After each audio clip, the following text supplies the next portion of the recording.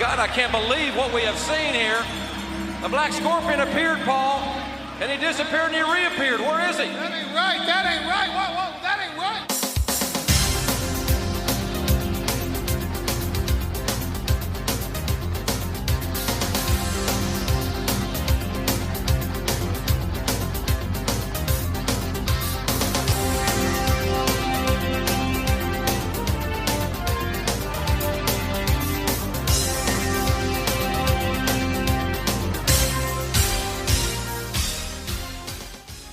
Hello everyone, and welcome to Let's Go to the Ring, where we take a look at the good old days, and not so good old days, of World Championship Wrestling series by series.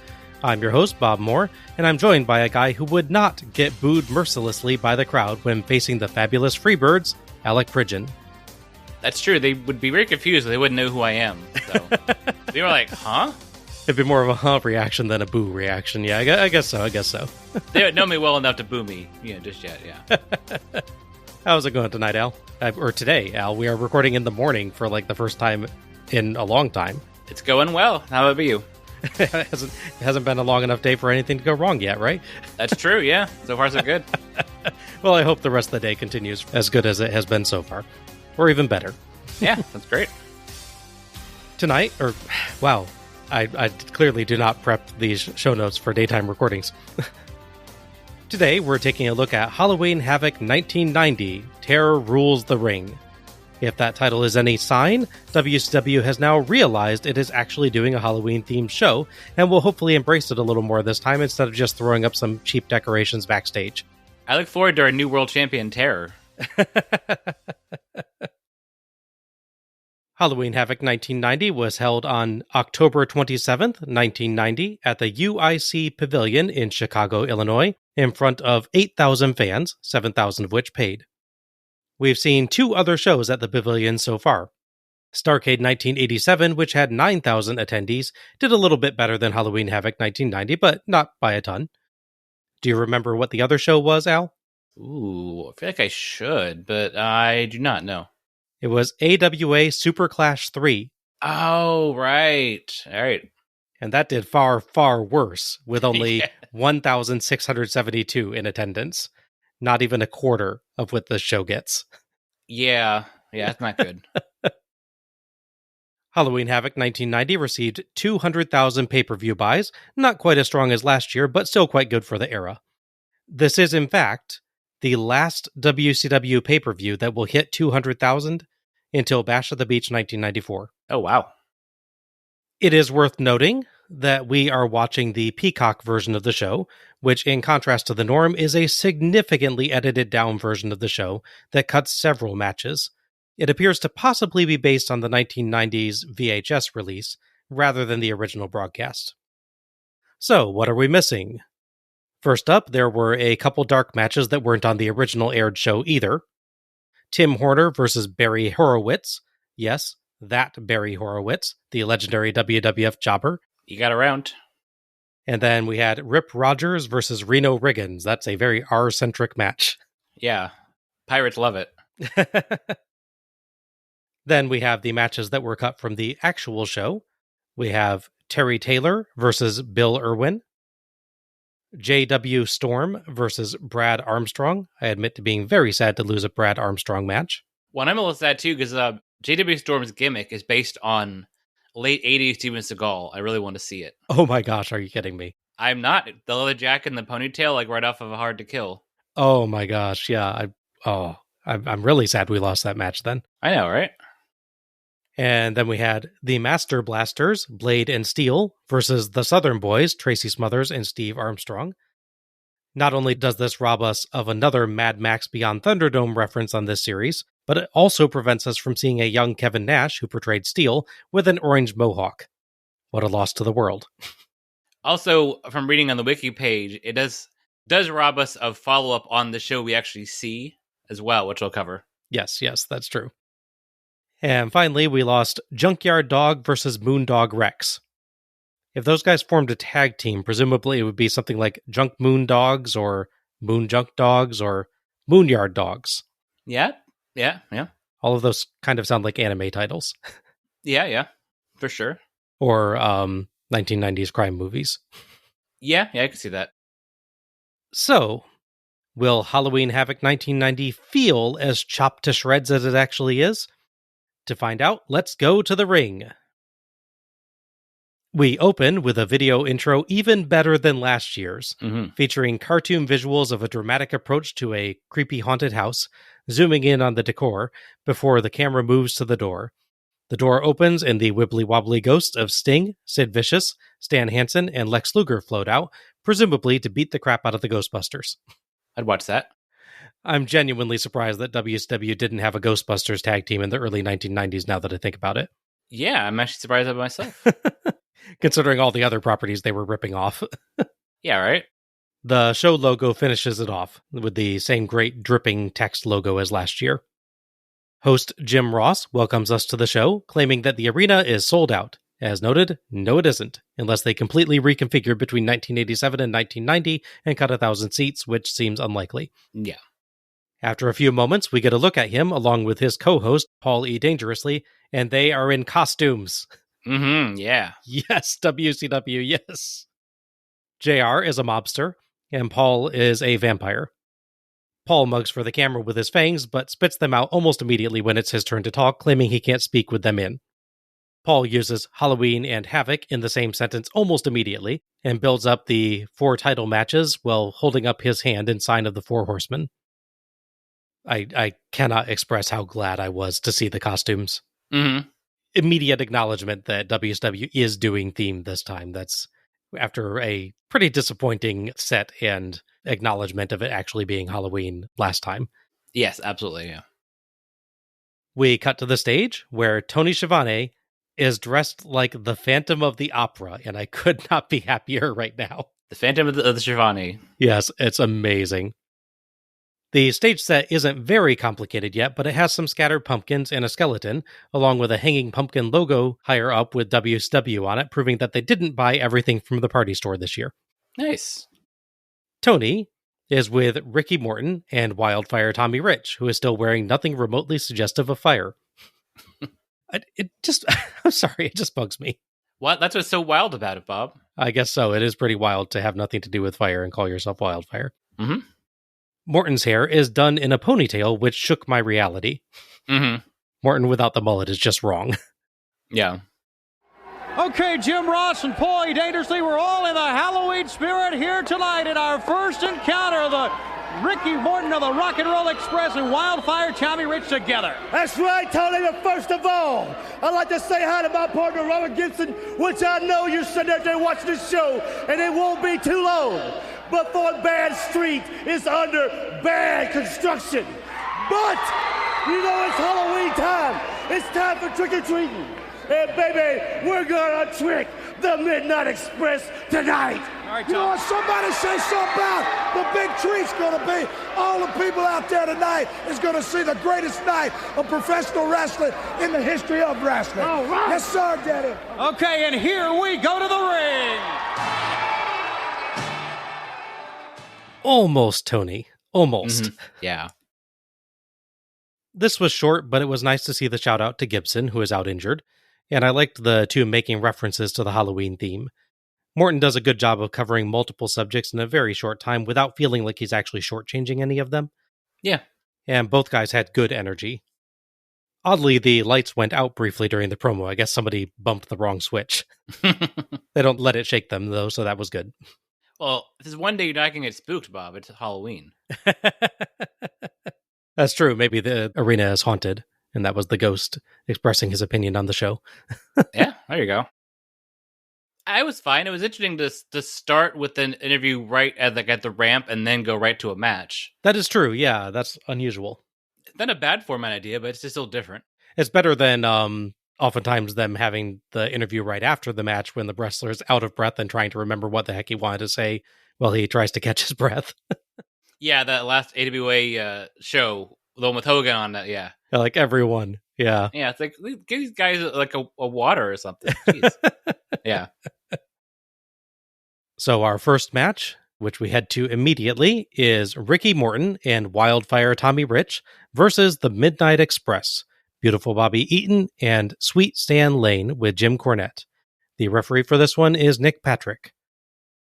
So Robert Gibson would go down with a legit knee injury, and they would turn into the story with the Freebirds. The idea is the Freebirds are attacking people and trying to injure them, figuring a TV needs to beat them if they just can't actually wrestle you, which Fair enough. can't argue that logic, yeah. The pivot here is that instead of giving us the big match between the Freebirds and, I guess, one half of the Rock and Roll Express, the Midnight Express figure this is the best time to challenge the Rock and Roll Express to a match, because, hey, yeah, there's only one of them. They're convinced going into this early on, at least when they pitch it, that they're going to fight Ricky Morton in a handicap match. Like, hey, let's get back at our long storied rivals while they're down and weak. Exactly. The noble competition. Mm-hmm. But then, surprise, surprise, he finds a former, albeit for like 2 days, world champion to help fight alongside him. Morton and Rich are out first to basic classic rock. Tommy Rich looks like he belongs in the team right until he takes the jacket off and is just Tommy Rich.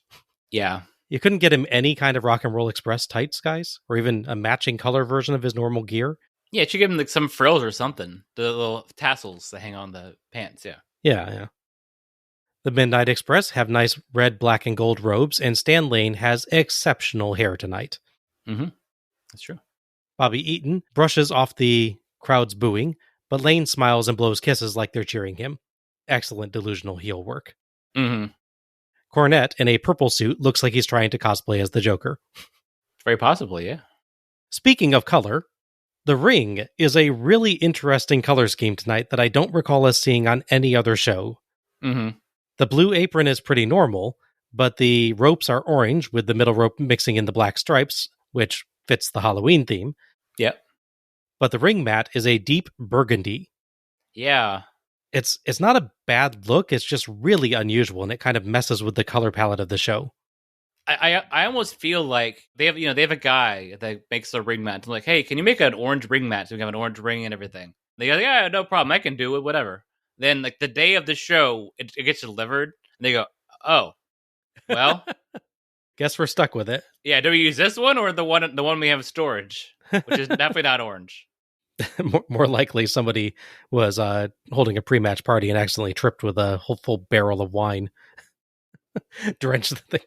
The third option is, of course, that there was an hour-long match between Ric Flair and Great Muta, and it was a nice white ring. Now it's just that color. Yes, true. Oh man, yeah. I just kept noticing it throughout the show. Mm-hmm. Like I said, it's not bad. It's just so unusual that you can't help but be drawn to it. Mm-hmm. Yeah, exactly. Cornette does the intros for the Midnights, noting that they scare more men than Boris Karloff and Bela Lugosi combined. Yep, we realize it's Halloween this time. Yes.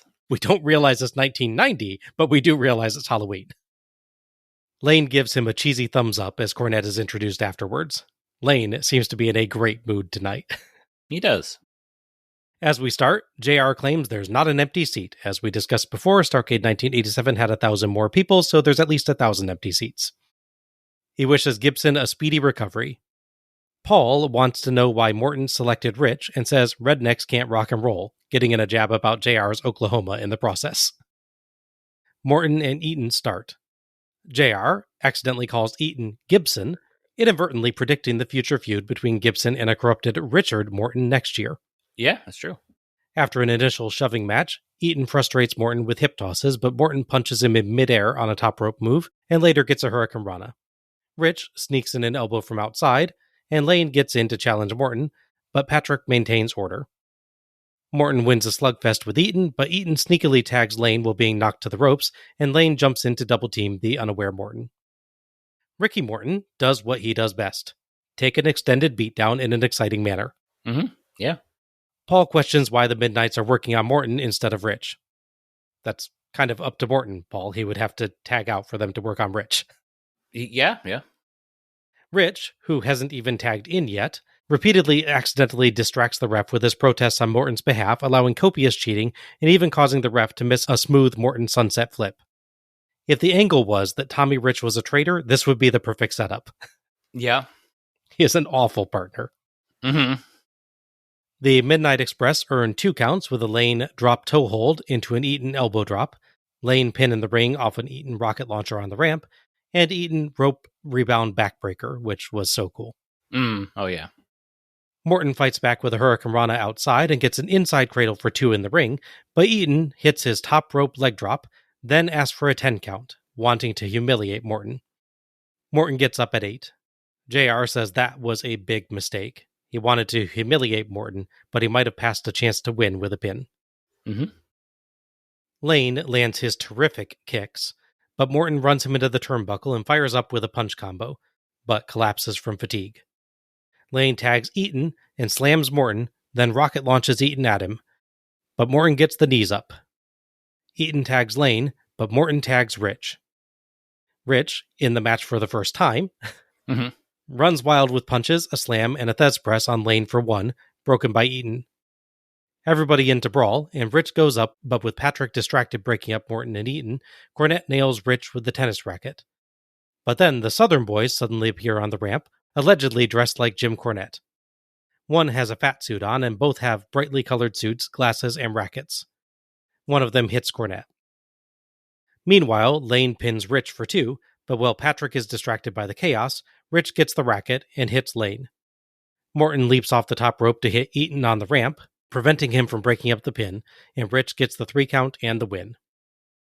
Morton and Rich walk off as Morton makes some hand gestures. Looks like a 1, a 5, and a hug. Maybe a message to Gibson? Oh, yeah, maybe. Thoughts on this one? As a whole, I thought this was a pretty good match, thanks to 4 people. One of them was not Tommy Rich, of course, but, you know, I'm including Cornette, because this was definitely a great showcase for him. Because even when he's not actively in the match, and he's not necessarily as assertive as like the one match we covered where, you know, he tries to fight the ref and all these things. Oh, yes, that was so funny. There's still a lot of good with him, a character on the outside, and interfering constantly in little ways. Obviously, Morton is a great face in peril. He does his keep fighting thing really well. The Express are really good at being just really mean heels. The key to this match is you have to really think that they're just truly evil and truly just mean, because they could definitely pin him, as noted, but they keep hitting moves just because it's fun to hit moves on him, and because they really want to humiliate him. I think after this many years of beating up Ricky Morton, they've just like got a taste for it. So yeah, that's fair. But yeah, so the whole thing really hinges upon the fact that you accept that they just don't actually try to win the match. They really just want to extend punishment on him, which I can buy to a certain extent, but it goes on a little bit much, I think. But it's still quite enjoyable as a whole.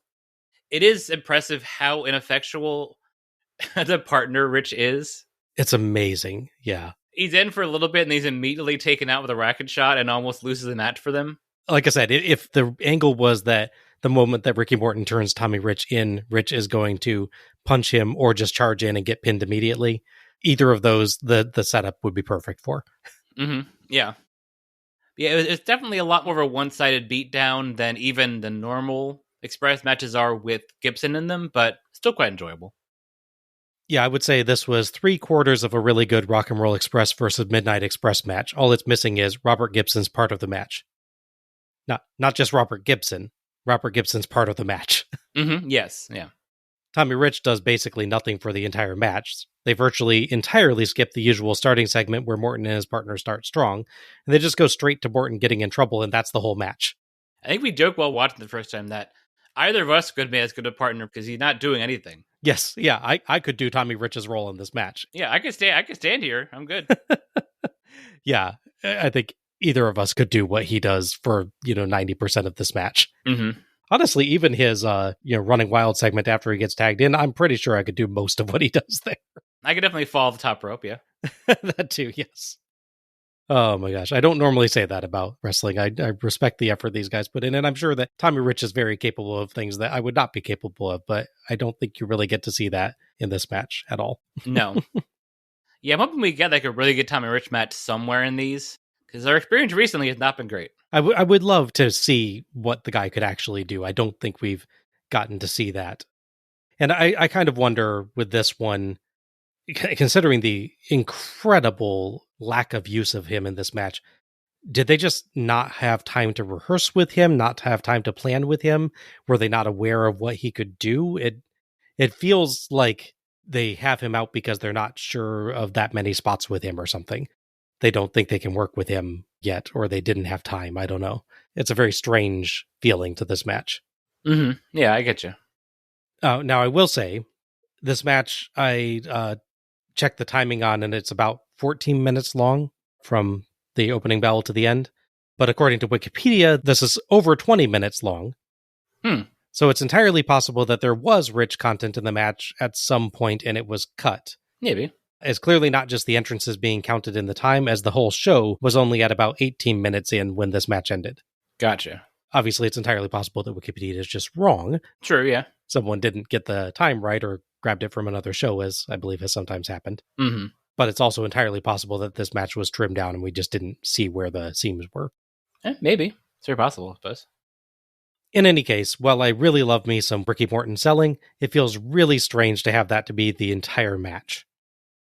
It's still really entertaining to watch. After all, it's Ricky Morton versus the Midnight Express, but it's a seriously unbalanced match. It is a testament to the men involved that it does not get monotonous. Mm-hmm. But there is much better rock and roll versus Midnight stuff. Still, it's a decent opener. So most notably, the Midnight Express would leave the NWA after this show. It would basically come down to pay dispute. They want money to cover road expenses, etc., etc. Management doesn't want to pay them that, so they left. Now, notably, Eaton did not leave right away. Eaton actually stays around for about a year or so, and then he's out. But this is the last time in this straight timeline, that we'll see Cornette and Stan Lane in the NWA at all. They never make a return at any point. That's so sad, because, well, this is not a bad match by any means. It's sad that they couldn't go out on a match against the legit full Rock and Roll Express. Mm-hmm. Agreed. But I think we know why they really left. Mm. They were afraid of Tommy Rich. You know? His raw power. It's very possible, yeah.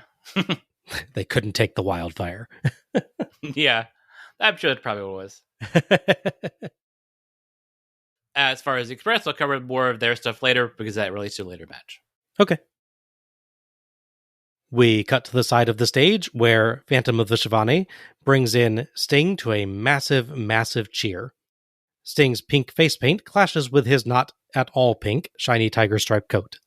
Yeah. Thank you are Jim Ross and Paul E. Dangerously. Halloween Havoc would not be complete. Let's bring him in.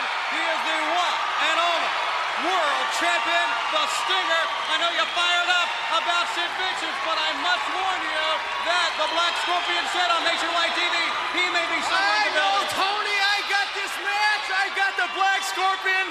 Sid Vicious, I got a lot on my mind right now. The only thing about Sid is, I said it last time, right here in Chicago. I'll just say it again. I just don't want Sid to make the mistake of letting his butt overload his you-know-what. His mouth overloading his you-know-what. Yeah, I'm excited. You know what I'm trying to say, don't you? And the Black Scorpion, I don't know about that guy, but right now I'm tunnel vision towards the big vicious one. Yeah, it's time for a world title match.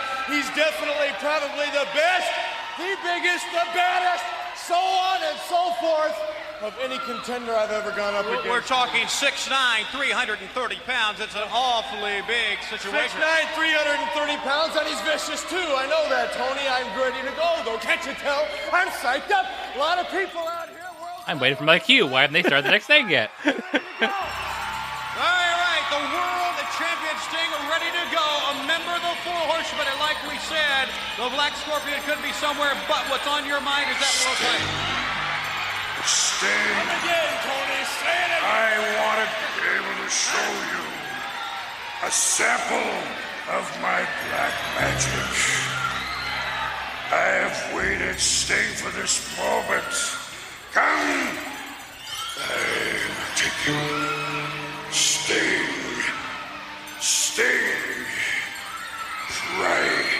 Try to defeat the Black Scorpion. The Black Scorpion's black magic will be too much, too powerful for you. Sting, I have come to defeat you.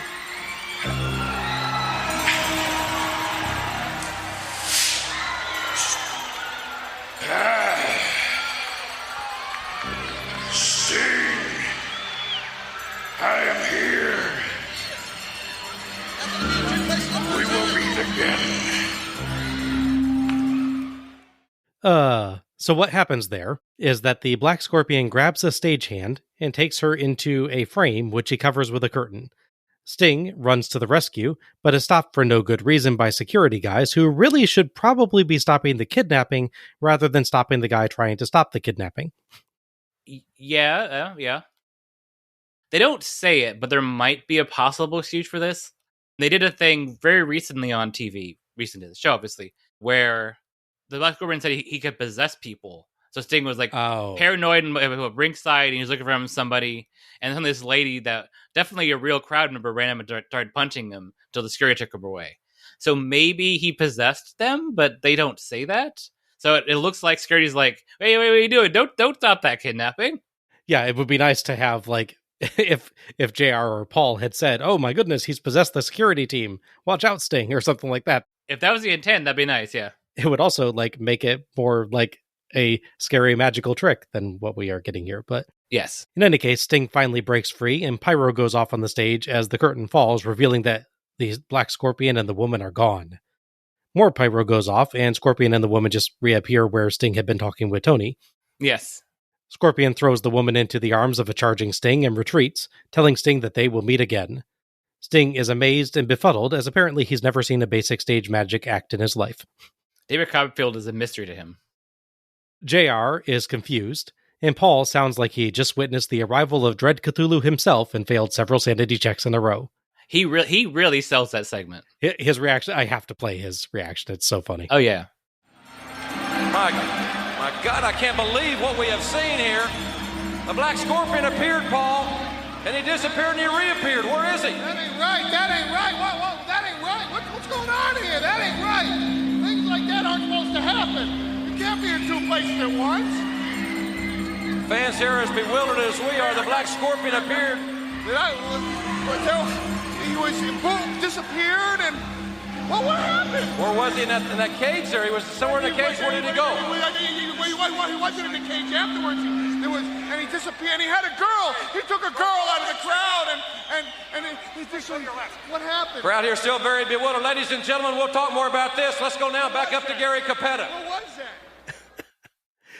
Paul sounding like a bewildered kindergartner there. It's great. Yeah, it really is. It's like if we do the like coin behind the ear trick to a kid, like when they're like 5 or 6, and they spend like the rest of the day just like trying to figure out in their mind how that happened. Oh my gosh! My hand's a hand. It wasn't the coin, but it was a coin, and it was like, where'd the coin come from? It's so funny. Yeah. Okay, so taking this in parts. We got a perfectly acceptable Sting promo with some good energy, a few odd word choices, but generally good. Sting does a great job of building up Sid, and I love his cheesy joke when Tony's listing Sid's stats, and he says, and he's vicious too. Mm-hmm. Yeah. Good dad joke, Sting. He and Tony have to stall a bit at the end for the Scorpion segment to start, but they do fine. Mm-hmm. The Black Scorpion segment is so wonderfully goofy. I'm so glad we finally got to see an actual one of these, because we had Black Scorpion obviously at Starrcade 1990, but all we got was him coming down in the weird UFO thing. They didn't do like a full narration and stupid magic tricks and that kind of stuff. So yeah, I'm always disappointed that we didn't get to share a true Black Scorpion thing with John when he was hosting with us. Mm-hmm, absolutely, yeah. We'll have to send him this segment. Yes, yeah, for sure. The timing for this is all wrong. Yeah. Sting is going to get there too fast, so he kind of has to awkwardly stand there for a moment before the security guys get there to actually hold him back. Well, he waits a minute before he hops down from the podium as well. Yeah. It's like, I'm going to see what this guy's doing here.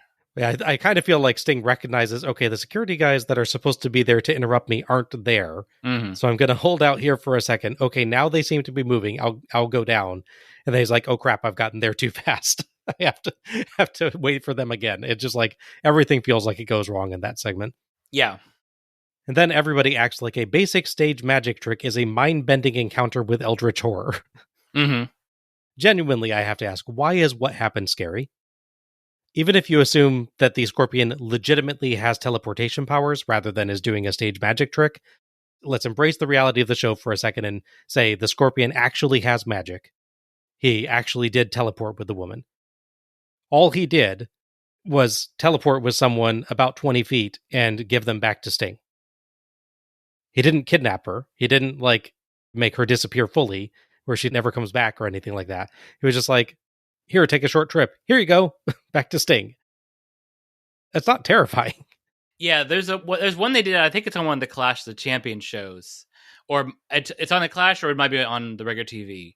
They do one where he like throws someone in a cage, and they do all the stalling, and then when the curtain moved away, there's a tiger in the cage instead of the person. So that, at least, as weird as that is, at least it's like, okay, that's different. You turned a lady into a tiger, I guess. Yeah, if presumably the person is still an animal and living in a zoo somewhere, then that's terrifying. Yeah, that's a scary thing that happens. But being teleported 20 feet and just tossed back to Sting it's interesting. It would be a fascinating thing to see someone actually demonstrate teleportation abilities, but it's not a terrifying thing. It's not like, oh my gosh, this guy is so frightening. It'd be one thing if there was any chance that WCW could actually use teleportation in a match, but since the Black Scorpion cannot actually teleport, especially since he's actually Ric Flair, though not at this point. Hey. There's no way that there's going to be any payoff to this magic stuff. So, well, actually, this in storyline, this is a very important moment for Starrcade Bob. Yeah. So, doing this, using his powers here. Let's say doing this trick, but using his powers here, the Black Scorpion realized that he had to think of a new strategy for his match at Starrcade coming up, because his plan was going to be teleport with Sting, but he realized, okay, so I could start the match, I can lock up a Sting, I think I can teleport us both outside the ring, and then we'll both lose via countout. Wait, no, that wouldn't work. I won with the title. All right, plan B. Let's go. Plan B. So he realizes that later tonight, actually. Yes. Yeah. Correct. It all fits together. Exactly. I have to say, this goes right around from stupid to massively entertaining, thanks largely to Paulie Dangerously. He oversells that with just such beautifully earnest dedication that I could not help but love it. Yeah.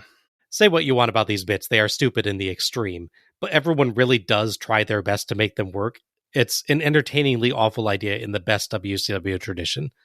Yeah, the thing is, if the rest of the show was terrible, like if every match sucked, but we still had this segment, it still wouldn't be a waste of time to watch the show. It's still like, I'm glad we watched this bizarre, stupid thing happening. Yeah, it's so weird, isn't it? Like, sometimes the worst stuff that WCW does in terms of actual quality is sometimes like the best reason to watch their show. Yeah. Because they're so earnest about it. Yeah, exactly. It's the funniest thing that, like, if I'm completely honest, this segment sucked. Like, it was absolutely awful. Of course, yeah. But I would watch this segment again like 10 times in a row today because it is so funny. Plus, you have Ole Anderson's ridiculous voice. Oh my gosh. Yeah, Ole Anderson trying to sound like not Ole Anderson, but sounds scary, which he can only do while sounding like Ole Anderson. Yes. Well, bear in mind, too, so Ole Anderson did the voice for these bits with the Black Scorpion and all these teasing vignettes. And yet, 3 years later, they didn't learn how silly this was. Yes. When they brought him in to voice the Shockmaster. Oh my gosh, I forgot that. Oh, that's also him. Yes. Oh, that's so great.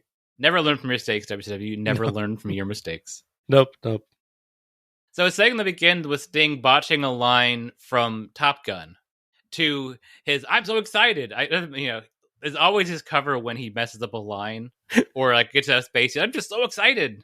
Yes. And people will just go, yeah, okay, sure, it's fine. Because I mean, that kind of is what is happening. It is a good cover. Like, it makes sense. If you're really energized and excited, you're more likely to stumble over your words a little bit. And Sting is a high energy guy, so it sounds totally legit, honestly.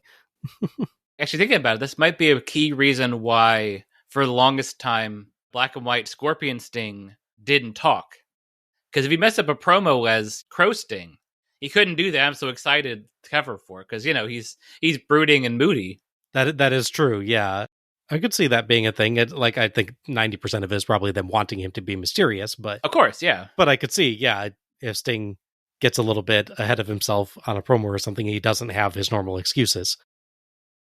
One other detail I really love to point out as well is, so right before the end of the segment where the Black Scorpion reappears on the other side with the lady, you can see Tony Schiavone look, see him coming, and then move out of the way so he's not there. Because they're coming at his side. In case you didn't figure out, they literally just run around the stage and come on the other side. Just in case, there's any children listening to this that couldn't figure out how the trick works. Or Paul Heyman. That's true, yeah. The second that curtain is down, they book it out the back and they're running around the other side. Now, you can do that same kind of trick for like on a bigger stage. What you do is you would have twins. But this is literally the same lady and him just running the other side. If Copperfield, or someone like that does a trick like that. An actual professional magician, yeah. Yeah. They'll appear on the stage and then they'll appear like on the balcony or something.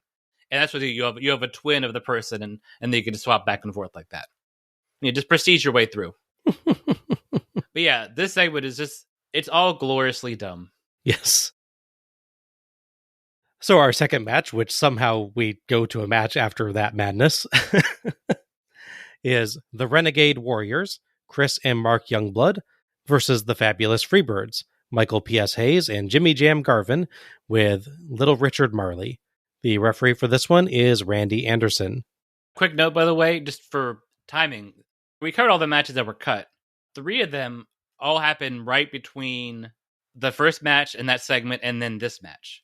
Assuming the times are right on Wikipedia, which we covered may or may not be, you got about almost 12 minutes for Terry Taylor, another 5 minutes for Armstrong, and then close to 7 to 8 minutes for the Master Blast. So you have a good 25, maybe 30 minutes if this time is right, and with intros, cut and just rip right out of this show. So the crowd and Paul Heyman are no longer as shocked and stunned and in awe of the eldritch horror that they just witnessed as we are.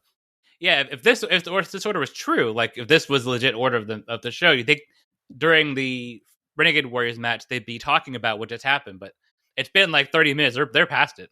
Yeah, I assume that Paul was just catatonic for the next match afterwards. Honestly, I would love to be able to confirm that. That would be great selling if it's just like, I got to call a match by myself. My partner's still discombobulated or something.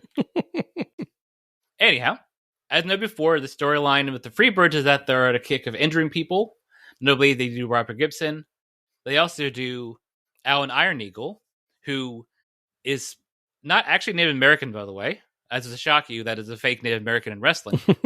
Or just a fake person of general ethnicity in wrestling, I should say. Because there's a lot. That covers a broad spectrum. Whole bunch of fake Russians, too. So yeah, exactly, yeah. Yeah. It's actually Joe Gomez. Oh my gosh. Who you would know later as Joe Gomez. Well, honestly, of Joe Gomez if you watch Nitro all the time in the late 90s. He was always a tag partner of the Renegade after they dropped the whole character of the Renegade. And he just kind of hung around losing matches. It all connects. Yeah, I know, right? The Renegade. Yes. Exactly. But yeah, so it's another year where there's a young team that's playing for the Freebirds. Now, these is a little more story to this one because in this one, I had noted there was a 6-man tag match where Alan Iron Eagle was teaming with the Renegade Warriors against the Freebirds and Bear Horowitz. Come out twice in this show. That's a big record for him. Nice. And then in the match, they injure him. So this is a revenge angle with the Renegade Warriors. A little note I found as well while researching them. They actually had a pretty lengthy career before and after this in the WWC, or the World Wrestling Council in Puerto Rico. Mm-hmm. Notable because they worked there for a while and then they left after the whole Bruiser Brody incident happened, where none of the people in charge would testify about the, let's say it, murder that happened there. So they I don't want to work here anymore. Understandable. Yes. That's part of the why they're here. That happened about 2 years before this show, so that led to them leaving that company and coming here. The Renegade Warriors sounds like a tag team between the Ultimate Warrior and his WCW ripoff. Yeah. Rather than the Native American themed tag team that it is. Mm-hmm. By the way, we have seen Mark Youngblood before. We saw him way, way, way back on Starrcade 1983, our first official episode. Yeah. He was teaming with Wahoo McDaniel against Bob Orton and Dick Slater. That's right. His brother, Jay Youngblood, was also on that show, teaming with Ricky Steamboat against the Briscoe brothers. Mm-hmm. But the other brother, Chris, is new to us. Yes. They come out in pink Native American-themed outfits with drumming as their entrance music. One of them, carrying a drum, drums to the rhythm, but the illusion falls apart when he stops drumming as he nears the end of the ramp, and the music keeps going. Yeah. It is their first pay-per-view per JR. Yes. The Freebirds come out in very flamboyant outfits, including some quite random glam rock makeup. Yeah. JR points out that Marley, who he calls Rocky King, his original ring name, is dressed in tights like Robert Gibson's. So that's why Tommy Rich couldn't get them. Mm-hmm. JR is disgusted with the Freebirds for taunting Gibson after injuring him. He realizes moments later that Marley is also acting injured with a bandaged leg and cane, which does not improve his feelings towards the Freebirds. No, it's not. Hayes really enjoys his music. He does, yeah. The glittery suspenders are an interesting look. Mm-hmm, yeah. So, let's see if the crowd turns on another young babyface team in favor of the Freebirds, shall we? Yes, let's see. It's Hayes versus Mark to start, as JR aggressively criticizes the Freebirds and Marley and yells at Paul for even slightly defending them. Mark dominates the early going with chops and turnbuckle rams, and Chris dives off the top to clothesline both Freebirds. Paul accuses JR of taking pleasure in this, and JR says that unlike Paul, JR has friends in wrestling, and one of them is Robert Gibson, who the Freebirds hurt. Paul says JR is taking things personally, and JR says, "You're damn right I am." There you go. Excellent work by JR. It's cool to see the normally professional JR get personally invested. Mm-hmm. A frustrated Hayes eventually tags Garvin as Paul name drops Ray the Crippler Stevens, who we saw as commentator for AWA Superclash 3. Oh, yeah. I think he was also on one or two of the early Slamborees as one of the honorees. I believe so, yes. Mark tags Chris, who continues dominating. Chris gives some very strange yells with his moves. He does like this elongated, like, "Oh!" that sounds more like he's reacting to someone giving a particularly clever insult. Yeah. It's really strange. Mm-hmm. Garvin rakes the eyes, but Chris floats over a slam and rolls him up for 2, only for Garvin's kick out to send him right into Hayes' excellent left straight, allowing Garvin to take over. Garvin, Hayes, and occasionally Marley work together to wear Chris down. JR tries a wordplay joke about Marley being a gopher for the Freebirds, linking that to the animal gopher, and saying that he sees his shadow, only to realize midway through that that would be a groundhog. Yes. Impressively, Paul doesn't pile on that. Yeah. The Freebirds expertly cheat, and whenever the ref lectures one for cheating, the other cheats behind the ref's back. Mark accidentally distracts the ref a few times too. The crowd starts chanting for the DDT, and there's some noticeable cheers for the Freebirds, but at least the Warriors are not getting actively booed like the Dynamic Dudes were. That's true, yes. 2 counts off a Hayes running elbow drop and a Chris crossbody. Hayes signals, and everybody thinks that he's going for the DDT, but instead he goes up top, and Chris Flair karmas him down. Tags to Garvin and Mark runs wild with back body drops, double axe handles, and a double noggin knocker, as Chris joins back in with a flying double clothesline. They do get some slight cheers and polite applause. Mm-hmm. Marley gets to the apron, so Chris throws him in, and they struggle, forcing Anderson to come to try to separate them. Meanwhile, Mark floats over a Garvin slam and rolls Garvin up, but Hayes takes advantage of Anderson's distraction to DDT Mark. Chris chases Marley, not realizing that Garvin is pinning Mark, and when he figures it out, Marley grabs him so that Garvin earns the 3 count and the win. Marley celebrates exuberantly. Hayes quietly walks to the ramp, perhaps trying to figure out just how much of a heel he's going to have to act like to stop crowds from cheering him over young face teams. Yeah. Thoughts on this one? It's a decent match. The main problem is, I would say, is that I don't know if they had this whole thing planned out really well, because there's a lot of let's stop, do a long chin lock, and this is clearly where we prep the next section. Just here's a reminder what we're doing, blah, blah, blah.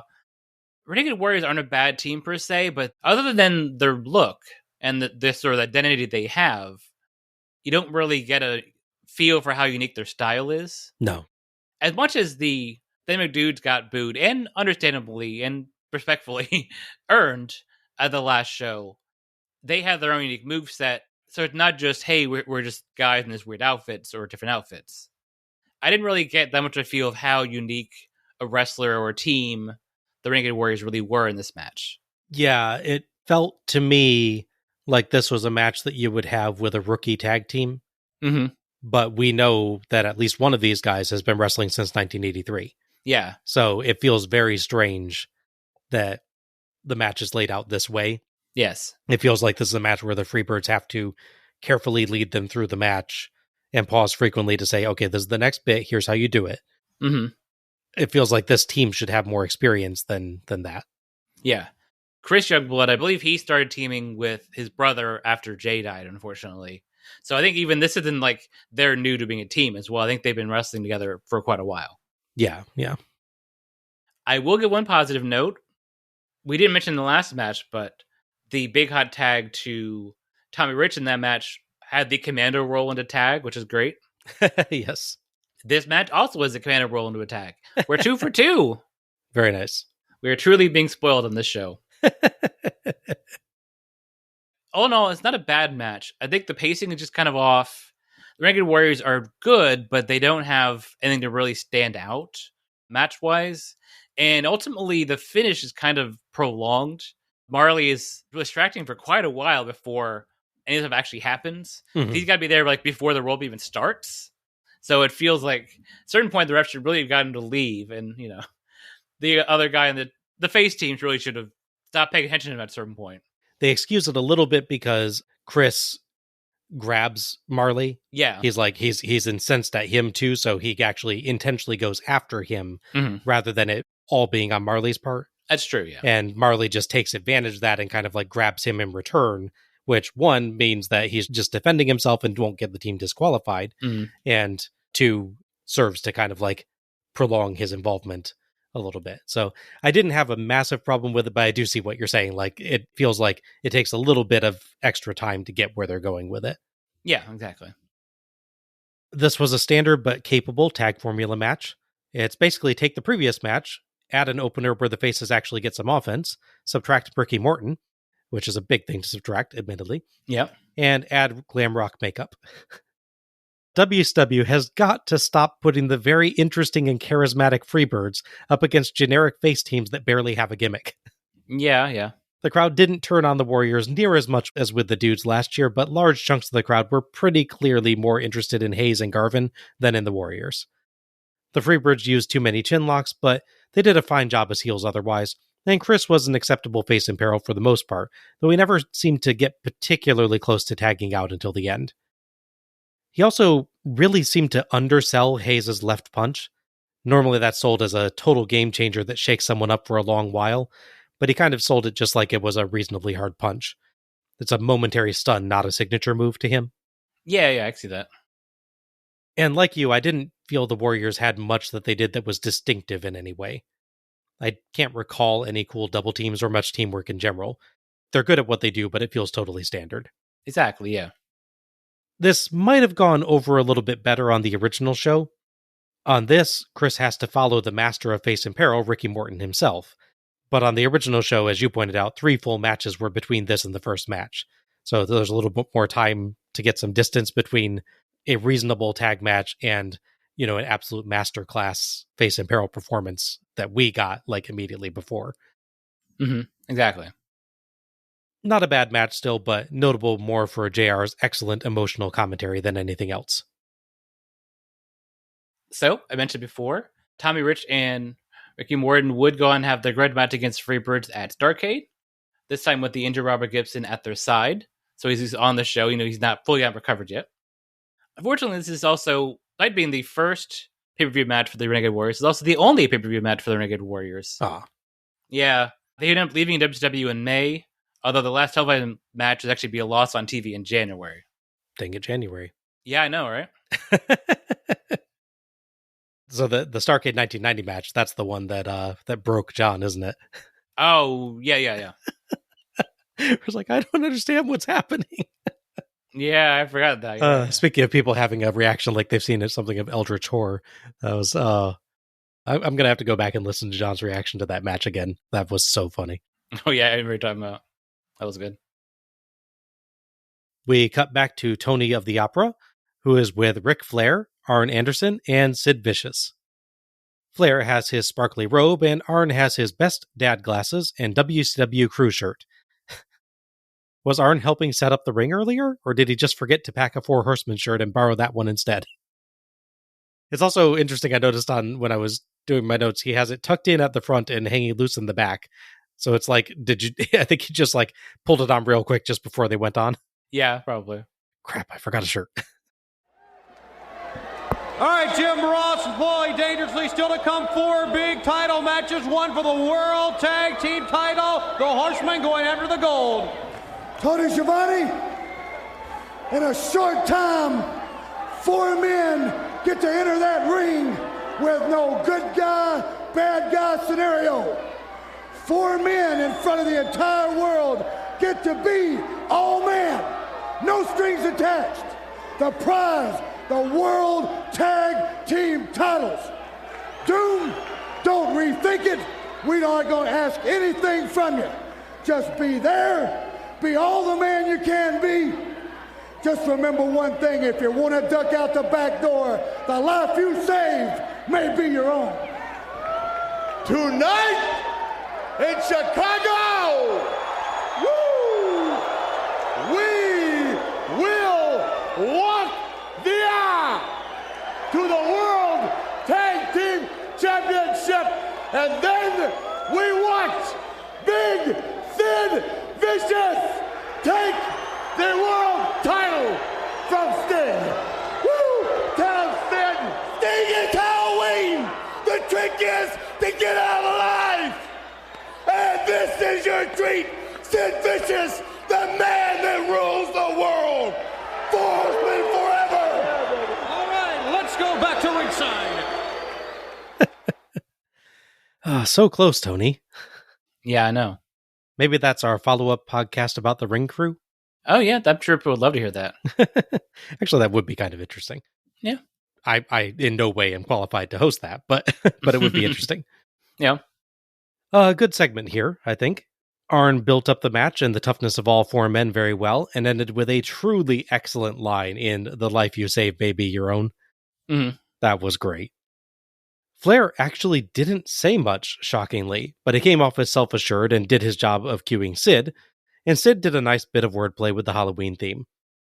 I will say, though, I don't think either he or the Morton-Rich combo get that the phrase is trick or treat, not trick and treat. Mm-hmm. That's true. They've all treated as you get the trick and you get the treat. Yeah. Also, how is Sid a treat for Sting exactly? I will say, it's still one of the better bits of promo work from Sid, and that's not intended as a backhanded compliment. No, I got you. He was intense and he was threatening, and that's what he needed to be. This promo segment is a really good way to test the volume on any devices you're listening to us on. Arn's your baseline. Arn is cool and calculated. I'm trying to figure out the source of that ending line. I feel like that must have been from like a commercial or something. Yeah, there definitely were some around that time, I think, that used that line. It might have been like a drunk driving commercial. I was thinking the same thing, yeah. I can't remember exactly, but I definitely have heard that exact phrase. The only thing I could find was that there's a book by a guy named Flannery O'Connor that's about that. I'm like, I don't think it's what he's referencing, but Probably not. yeah, again, Arn's your baseline. The Flair is just a little bit louder. Flair is just his natural. If Arn is 10, Flair is a 12. Again, this is cool, confident Flair. He's just inherently louder. Especially at the start of his promos. It's always you have to get attention right away. Like it's loud and then evening out. Yeah. And then Sid is about a 15 or 16. Just from the get-go. Just bellowing. Yeah. Ah! Yeah. Like you, I did enjoy Sid's promo as well. It's not a lot to it, but it really does fit his character and everything worked. Yeah, all 3 of them did a good job. It is notable that this match was supposed to feature Barry Windham early on, but then they switched to Flair, which may not be important later. I'm sure it's nothing. Yeah, probably just coincidence. The plus side is that we get a Flair promo out of that switch. Yes, yeah. Even if it's a short one. Mm-hmm. Our third match is the Nasty Boys, Jerry Saggs and Brian Knobbs, versus the Steiner brothers, Rick and Scott, for the Steiner's NWA United States Tag Team Championship. Referee for this one is Mike Atkins. The Nasty Boys would debut in August of this year, dominating and beating up jobbers for quite a bit. They made it very clear in promos that they want the gold. They do have an angle about a month before the show, which is mentioned in commentary, how after a Steiner Brothers match, they get attacked by the Nasty Boys, beaten up with chairs, and then taken out and stretchered out of the arena. So really selling them as a threat, thus setting this match up properly. And this is interesting because this is the Nasty Boys, I think 3 years before any other match that we've seen them in, because they're only in here for a short period, I think, at this time. Correct, yes. Mm-hmm. It's a teaser of things to come. During the Nasties entrance, we get a really good look at the stage design, and it's quite a nice early effort.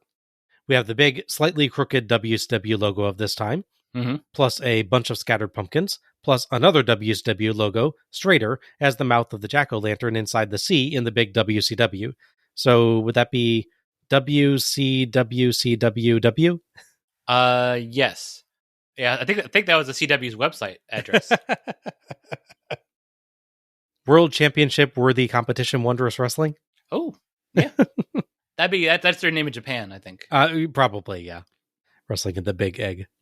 Exactly. I love that. It's a pretty simple design overall, but it's good to see them going for the theme more this time, and we will see some truly wonderful sets down the line. Absolutely. The Nasties get some rather nice pyro as well. A dude in the crowd wearing an I've Been Steinerized t-shirt has a Frankenstein's monster mask. JR takes the opportunity to build up the Frankensteiner. Good job all around there. Yeah. The Steiners also get some good pyro, in their case sparkly rather than fiery. Thank you, Al, for giving me a bit of a gift here, writing much of this match summary for me this time. No problem. So I didn't have to do 4 tag matches in a row. Figured you want a little bit of a break there. Yeah. The Steiners rush the ring to fight, and they immediately go to fighting on the outside. Record time. Scott takes a nasty shot to the back of the head, but still manages to counter a Sags superplex with a belly-to-belly from the top rope. Sags also takes the Super Bulldog, but Knobbs breaks it up with a chair shot to take control. They work over Scott's back for a while with all the usual holds, like an abdominal stretch and bear hugs. Swapping without tags whenever the ref gets distracted and getting 2 counts with a Knobbs power slam and Sags powerbomb. They spike piledriver Scott as well, but Knobbs breaks up Sags' pin by mistake by stomping Scott. Rick gets frustrated and sneaks in a chair shot, bloodying Sags. JR references an earlier upset tonight, Brad Armstrong versus JW Storm, which was cut. Yeah.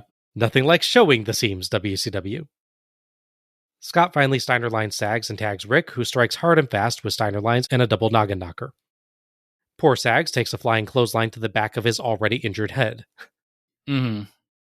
Scott helps from outside to get Knobbs alone and spikes him with the scariest Frankensteiner ever for the 3 count and the win.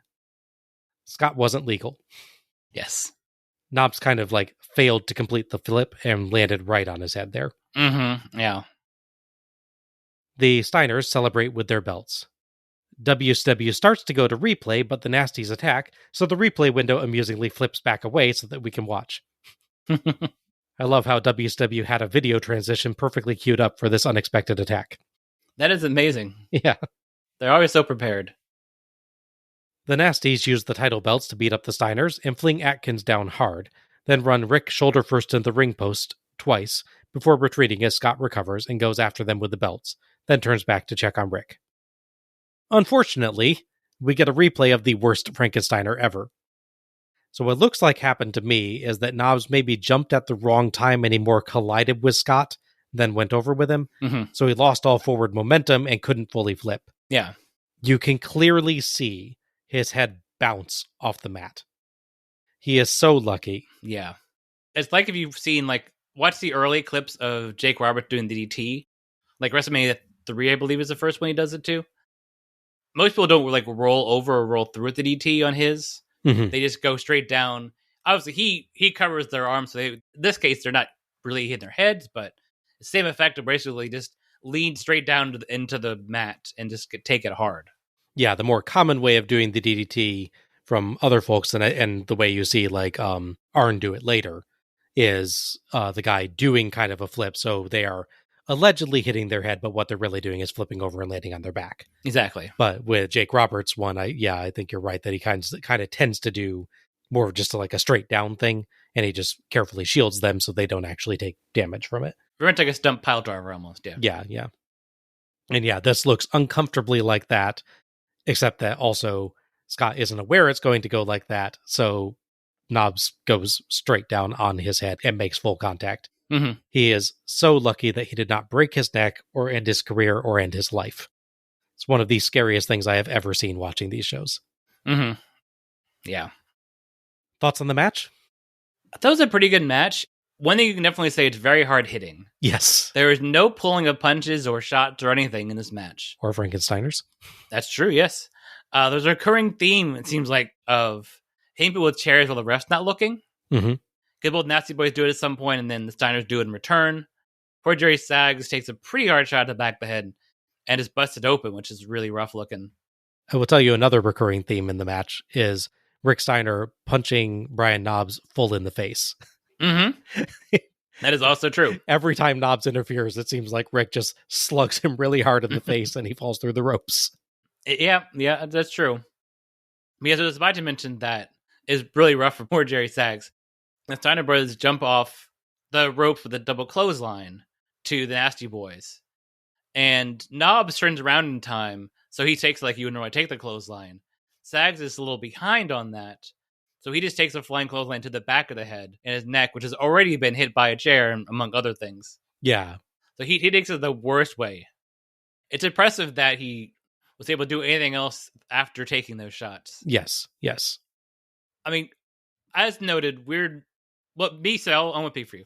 I had noted I'm not a big Nasty Boys fan. It's an accurate statement from me as well, yes. I gotcha. But just, speak for myself. I just never liked their style that much. The fact that they're finished with WWF and then later was sticking someone's face into your armpit, that kind of stupid stuff. That said, they are legitimately tough for getting through matches. Well, just getting through a match with the Steiner proves you're pretty tough. Yes. Especially this match. So I can not like their style or looks or music or much about them at all, but I get to respect them as performers for getting through stuff like this and working as long as they did. Yeah, I really wish we didn't have so many tag matches in a row, but this was not bad overall. Mm-hmm. The Steiners and the Nasties really went at it and went for big impact on their moves. And I can't believe I'm saying this, but the Nasties did a great job with some Anderson-style teamwork to keep Scott controlled, moving faster than I have ever seen them move. Mm-hmm. Of course, this match is about 3 years earlier than the earliest Nasty Boys match we've yet seen, so it makes sense that they're moving better and more fluidly. Yeah. The main complaint I'd have here is that their holds are not particularly exciting, though only the bear hugs overstay their welcome. The other holds are short. And to be fair, for me, bear hugs overstay their welcome after about a second. Yeah.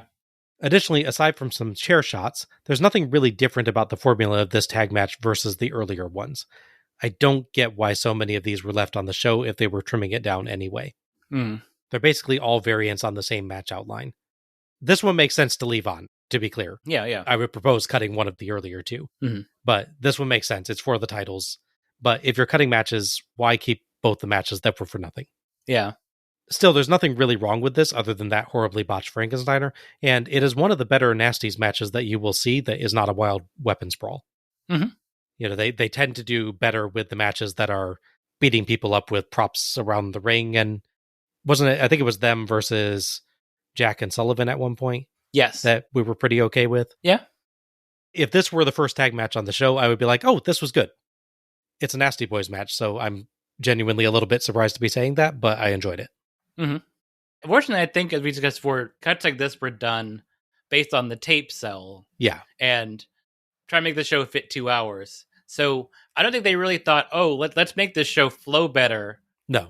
I think it was just, who's not as famous? They cut their matches. Probably, yeah. That's, I guess, really what it comes down to.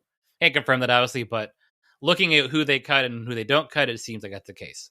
Yeah. But yeah, credit to credit due, they have a simple story where they injured Scott's back, and they do recover that back for quite a while. So yeah, I can't argue with the way they do it. I'm sure I'm forgetting something, but I think this is probably my favorite of the Nasty Boys matches that I can think of right now, and that's not nothing. Yeah. No, I agree with you on that one for sure. So outside of the house show loop, the feud basically ends here. Obviously, they wrestle a bunch of times on shows after this, but not on TV. The Nasty Boys would go on to sign with the WWF in December, debuting just 2 weeks after Starrcade would air. Okay. As you mentioned before, they would return to WCW in 1993. As you talked before, it's notable that they're always associated as the Hogan Buddies, and to be fair, they are. But they actually do debut for WCW before Hogan shows up. Yeah, well before it. In a rare case, it's a coincidence that Hogan's here and the Nasty Boys are here. Yes, that's true, yeah. As far as the Steiners go, they would, of course, represent the U.S. in the Pat O'Connor Memorial Tournament, which would take place at Starrcade. being the U.S. Tag Team Champions, it makes sense they'd be the U.S. team. Fair enough. JR throws to Tony, who is with Scott. Okay, I tell you, tremendous battle. You saw it right here. They are still the U.S. Tag Team Champions. Ricky probably still in the back. I know he took quite a blow in that double team right on the post, but Scotty, congratulations. Thank you very much, Tony. Just like I promised the people of Chicago and all across this great nation, I told everybody there's going to be blood and guts, and it's not our blood that's on my uniform. Nasty boys, I told you before, you bit off more than you could chew when you mess with the Steiner brothers. And nasty boys, what you did to my brother afterwards, you ain't done with you. And wherever we go, you're gonna get just the same. All right, Scotty. What's that? Is that a concessionaire? Suddenly, Sags, who wandered by dressed as a concession worker with a hilariously fake beard and poofy wig, batters Scott with a drink carrier. Sags and Knobs beat Scott up, including with his title belt, and Knobs grabs a microphone. Hey! Steiners! Steiners! Huh? You've been walking around real bad and bold! You think you're scared? We're not scared! Your brother don't know his name, and you're nearly there! The war's just begun, baby! JR calls the attack totally uncalled for, but Paul is highly amused. Paul says that's what happens when you mess with New Yorkers. JR says the situation isn't over. Thought this was a good, intense promo by Scott, leading to a pretty nice semi-surprise attack. You can see Scott look directly at Sags as he's approaching, and there is no way that hilarious costume beard was doing anything to hide who he was. He was an Amish popcorn vendor. Yes. Also, why exactly would the concessions guy be on the interview stage when that has happened literally 0 times on a WCW show to my recollection? Yeah, exactly. Despite them being WCW shows and therefore not wonders of organization. Yeah. Still, the attack itself was good and escalated the feud quite well. Knobs' promo was largely indecipherable, though. Yeah. I could swear he says, "You think you're scared, we're not scared." Oh, he did. He said that. He did, okay. Oh, yeah, he did. And then I think he says something next about Rick not knowing his name. Yes. I think he was to sound like he'd been beating him up so much he'd forgotten his name. Oh, is that what he's going for? I thought he was either saying, yeah, Rick doesn't know his own name, or saying something about Scott's brother and then realizing that he forgot his name midway through. I think he's trying to say that we beat him so badly he's forgotten his name, but it was all yelling, so hard to tell. Still works for the energy, though, so fun segment. Yeah, it's definitely an interesting way to do it. It's interesting to have a match and then post-match attack and then a second post-match attack during a promo. This is true, yes. It's like the horror film thing where you think it's all over, but it's actually not over. The monster sits up one more time, yeah. The one last hurrah cliche, yeah. Yeah, it's just a shame that, as you know, he says this isn't over. He yells this isn't over a bunch of times, but it is, actually. At least as far as pay-per-view is concerned. Yeah, unfortunate considering that they did a pretty good match together and then did a very nice setup for a future feud that, like the one time, the times that WCW actually does set something up really well, they don't get to follow through on it. Yeah, exactly. Yeah, I'm trying to think if things are going differently, like if the Nasty Boys had stayed. Starrcade has the Pat O'Connor tournament. If you want to have them wrestle at Starrcade, you have to take the Steiners out. I would assume they keep the Steiners in the tournament, but the Nasty Boys would cost them the tournament. That would work. I think otherwise, yeah, you have to have them attack them and like take them out of the tournament or something. But yeah, yeah, and you could do something to keep the feud going in the meantime, like maybe the Nasty Boys challenge the Steiners for the right to represent the U.S. in the tournament, and the Steiners beat them there, and that's serves to further the anger. That could work, yeah. So you don't like put the feud on hold for the month, right? Yeah. So our fourth match is the Horsemen. That's the Nature Boy Ric Flair and the Enforcer Arn Anderson versus Doom, Ron Simmons and Butch Reed, with the godfather of professional wrestling, Theodore R. Long, for Doom's NWA World Tag Team Championship. The referee for this one is Randy Anderson, no relation. So, earlier in the year, the four of them were riding really high. You know, you had world champion Ric Flair and, you know, everything like that. But of course, now we have world champion Sting. So this is sort of caused the Four Horsemen to pivot.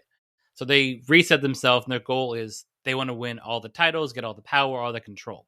Yeah, Ric Flair definitely doesn't care about the world title anymore and is not dressing up like a crazy magician person to try and freak Sting out in preparation for trying to take the title back. None of that going on whatsoever. It's a weird thing to say unprompted, but yes, that is correct. It's a weirdly exact thing to say unprompted, in fact. But no, that's the general storyline is they want to regain their past dominance. You see the pictures where it's world champion Ric Flair, TV champion Arn Anderson, Barry Windham, and someone like Ole, for instance, as tag champion, something like that. So yeah, they have their big man Sid going for the world title. And so originally this is going to be Barry Windham and Arn Anderson, who generally team together more on TV and on pay-per-view than Arn and Flair would, going for it. Then fairly last minute they do a pivot, and now it's Ric Flair in the title match. And that part of the story is people think of Ric Flair as a tag team wrestler because, he's been world champion and like a single star so long. So now there's sort of another aspect to the match in that way as well. Yeah, he's a great singles competitor, but can he adapt to a tag formula type of thing? Yeah. So you want to guess when the last time Ric Flair held the tag team championship? Ooh, it's probably been a while. Mm-hmm. Is it pre-1983? Yes. Okay, let's say 1977. Oh, you were so close. 1979. Oh, I almost did that first. Then I was like, I need to do a little more distance. Okay. But yeah, he has, I believe, 3 tag runs before he becomes a single star, starts winning world championships. Oh, cool. Flair and Arn come out first with pyro. We're getting a lot of that on this show. Flair has a nice blue and silver robe. Arn has his wrestling gear. Yes. Just once, I would love to see how ridiculous it would look to have Arn come out in the robe too. Yeah. They really should do, during that brief period where they were feuding in the 94, 95, I think it was. Yes. Had him do it mockingly. Very least they should have done it when they were in the house show loop, switched outfit for a show. That'd been great. I'm sure they would have loved to do that too, so. Yeah, exactly. Doom are thankfully unmasked now, which will make it easier for me and for JR. Mm-hmm. They get fire pyro. It seems like we only have 2 varieties of pyro, but I'm not used to seeing this much of it during this era anyway. The smooth jazz is still an interesting fit for big, tough, scary heels. Yeah. Paul jokes that all the chaos that has been happening on the show is because they named it Halloween Havoc instead of Halloween Greetings. What about Halloween Hello, so we still have alliteration? Halloween Hooray! There you go. Paul asks for a prediction, and JR says he's not sure, it's too close to call. Arn and Simmons start, and Simmons evades Arn and overpowers him. Paul claims that FSU's Bobby Bowden is a fan of him, but JR notes that Bowden has never heard of Paul. Paul challenges JR to a fight, and JR deadpans, yeah, right. Honestly, my money would be on JR in that fight, I think. Yeah, I'd say so. Flair and Reed both sneak in knee strikes from outside. Both members of Doom dominate with power, earning 2 with a Simmons power slam. Flair gives us a Flair flop on a tag attempt, and nearly takes out a cameraman on a Flair flip over the turnbuckle. Presumably, the cameraman had never seen a Ric Flair match before. I believe that's our buddy Jackie Crockett as well. I believe so, yes. Of the notable fat guy step. Yeah. He doesn't have it on this show, which is part of his problem. He has to stand on the apron and be right in Flair's way. Yeah, I feel for that guy because he's holding this big camera setup. Those things gotta be 50, 60 pounds at that point in 1990. Yes. And so he's on a small sort of standing area, and I think he's holding the ropes with one hand generally so he can lean back. Yes. So he's one-handing this big old rig. Yeah. Fair play. Yeah. And I imagine that once you realize that Ric Flair is running at you and going to do the flip over the ropes, it's kind of hard to dodge with that thing. Exactly, yeah. Like, well, I'm here. Yeah, pretty much. Arn finally catches Simmons telegraphing a back body drop and elbows him, and Flair lures Reed in to distract the ref so that Arn can Boston Crab Simmons for a Flair knee drop. Cool double team. Mm-hmm. Arn and Flair trade off to wear Simmons down, earning 2 off of Arn's beautiful spine buster, but Simmons catapults Arn skyward on the kickout. Arn's expression there is priceless. Mm-hmm. Flair and Arn work to damage Simmons' leg, awesomely turning Flair's normal build to the figure 4 into a tag team strategy, and continually lure Reed in to accidentally distract the ref, allowing Flair to lock on the figure 4 and repeatedly get leverage from Arn. Simmons eventually turns the hold over, but Arn just stomps him and grabs a leg hold of his own, getting leverage from Flair. Arn looks smug. Mm-hmm. I love this team. Oh, yeah. Arn dodges a Simmons dropkick for repeated 2 counts and headbutts him for another, but Simmons gets his knees up on a drop. Tag to Flair, who tries to shoulder block Simmons but just bounces off. Flair looks shocked. But he's with Arn, so he knows to immediately lock his legs around Simmons to stop a tag. Simmons fights back, and even sunset flips Arn for 0 as Arn tags Flair mid-fall. Simmons basically slugs Flair in the jaw on a leaping clothesline. Yeah. His aim is a little off on that. And later catches Arn with a double-handed facebuster. Arn tags Flair, but Simmons tags Reed. Reed runs wild with punches and a dropkick, and gets 2 with a jumping shoulder block to Flair. Everybody in, and Flair ends up outside with Reed as Arn tries to pile drive Simmons, but Reed stuns Flair and hits a diving shoulder block to Arn for 2. Arn floats over a Reed slam and DDTs him for 1 as Simmons saves, pinning Arn for 2 and 9/10, despite neither guy being legal. Yeah. Sadly, they all end up brawling outside, and the ref counts to 10. It's a double countout. Yeah. Ring announcer Capetta says, "Both teams return to fail," before quickly correcting that highly depressing statement to fail to return to the ring. The crowd is not happy with that ending and seems a bit deflated. Yeah, for sure. We get replays of some of the near falls, most notably the very nice DDT by Arn, though Paul's "the best DDT I've ever seen" is a tad much. Mm-hmm. Jake Roberts does exist. That's true, yes. Thoughts on this one? I thought this was a very enjoyable back and forth match. What this match really did well was showcase Doom. Yes. Arn and Flair really go out of their way to make them look good. Like, see how they can be in control for long periods of time, but every time Doom either tries to get out and fails or actually does succeed to get out, then they look really good. Like, they can no-sell chops, they can do the shoulder block spots, press slam them around, which are really, really good as well. Possibly the coolest part in the match is that bit where Flair shoulder blocks Simmons, who is doing an excellent job of selling his injured leg and does stumble from the shoulder block, but Flair still goes down rather than him. Mm-hmm. And just like, that's such a great way of being like, yeah, this guy is really tough and really big. Exactly, yeah. You can injure him, but even with an injured leg, he's able to keep his feet and you go down. Yeah, I was gonna say, I think Simmons come out really the best in this match, which is not knocking Reed. Reed looks really good as well. He gets his moments to shine as well, but you can definitely see, like, backstage people watching this match, watching Ron Simmons through this run going, yeah, this guy's got something we can use. We can push him single, and I think when this is done, it'll work well. I was thinking the same thing. This feels like a let's test if Ron Simmons can eventually turn face and go singles. Yeah. And the answer is yes. Absolutely, yes. But I thought the teams meshed really well as well. I got to see a match with this where it's, the pure power against the technical expertise thing. Sometimes it can either make the technical guy look weak because they're constantly getting countered by pure strength and tossed around, or make the pure power guy look really bad because they're constantly getting out wrestled and just, running at him or punching them, for instance. I thought they did the balance really well where you could see the technical expertise that Flair and them have, but also Doom know enough to keep themselves in play. So they're truly being out wrestled for at least for long periods of time. They did a good plot for this, that they have the Horsemen at the early going make the mistake that JR especially does a great job of highlighting, I believe. JR and Paul both do a good job with it, of trying to match Doom power for power. Yes. And so they start off with, not trying to use their technical side. They want to try and beat Doom at their own game, and they get beat up for it. Exactly. So then they move to the technical side, but by that point, we've established, hey, Doom are really good and powerful. Mm-hmm. So it doesn't feel bad when they start getting maneuvered with the Horsemen's increased technical ability. Mm-hmm. And even then, for me, it's never truly unbalanced as well. No, yeah. The way they fight out of moves is not just shoving or punching. I like that. No, yeah, absolutely. Ron does not feel like he's only surviving due to his strength. He feels like a good wrestler who's not as good as Arn or Flair at the technical side, but still good, but is just massively powerful as well. So he mixes that together quite well. Absolutely. And Reed too, like you said, I don't want to undersell Reed's performance either. It's just that Simmons is the face in peril during that segment, so you see more of him. Absolutely, yeah. So now the other side of the match, the finish. Yeah. So I have a theory on this, and obviously I can't possibly confirm this. So my theory is that they decided from the get-go, we're going to do a multi-match series between Doom and the Horsemen of some variety.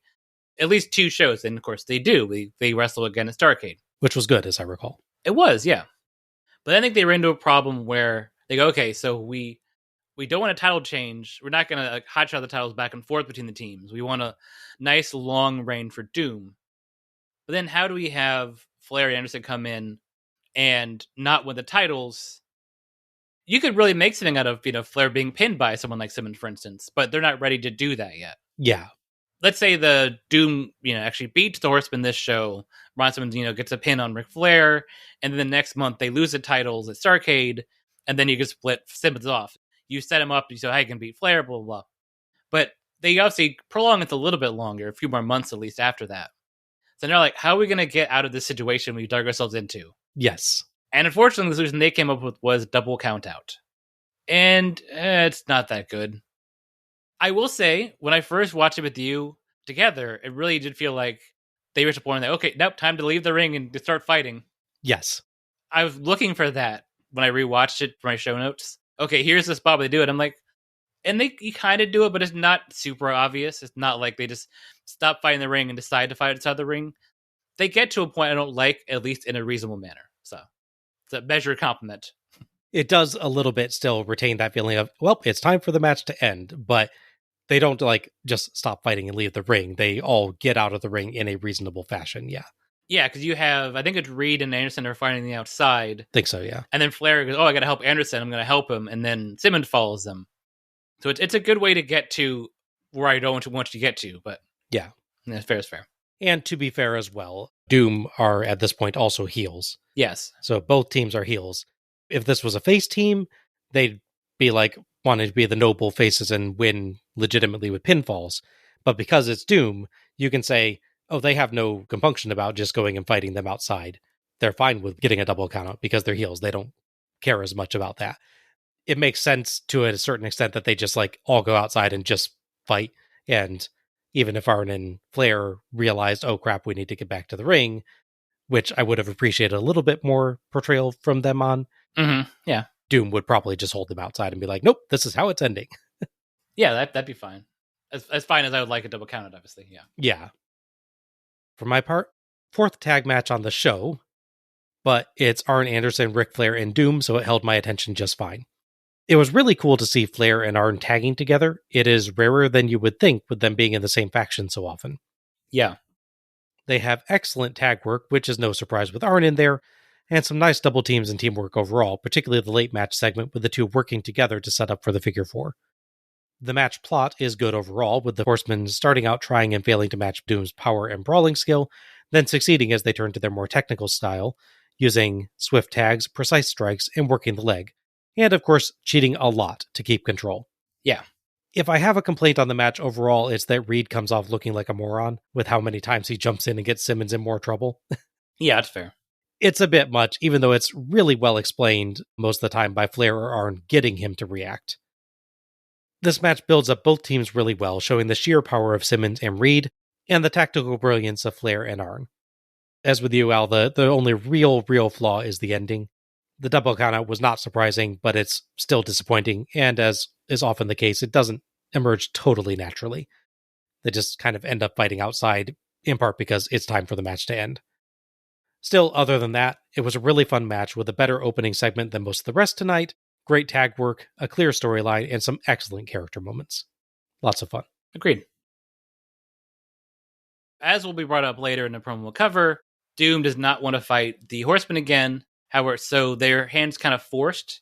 They keep feuding. So they do is they have a singles match between Ric Flair and Butch Reed at Clash 13. And the idea is that if Flair can win, then they'll get a title shot at Starrcade. And if Reed can win, then they don't, obviously. Flair ends up winning, so the Horsemen get their title shot at Starrcade, which we've covered already. Yeah, I recall that match being quite nice. Yeah. Oh, and notably, the Starrcade match is set up as a direct rematch from this show. So it's Anderson and Flair. But then at the last minute, they switch from Flair to Wyndham back in. What could possibly be occupying Flair's time on Starrcade? I don't know. We have to rewatch that show and find out, I guess. Was he getting fitted for an ill-fitted mask backstage and working out how to work a UFO or something? I mean, I guess that could be what's happening. I'm not sure why your brain goes right to those with exact things, but yeah, maybe. We cut to footage of Stan Hansen holding a little pumpkin and chewing lots of tobacco. I guess Fantoni of the Shavapara didn't want to interview him in person. Fair. I still remember Tony's face as he tried to dodge tobacco spew the one time he did, so I get it, Tony. Mm-hmm. I get it. Lex Luger, in just a few seconds, you're gonna have to deal with me once and for all. And this represents little old Lexi. You make me sick. You get ready for the bell and not be ready for the jack-o'-lantern and all these other things, because in a few seconds, I'm bringing that bell out there, and I'm going to take that title, and I'm going to take it all the way back to Texas.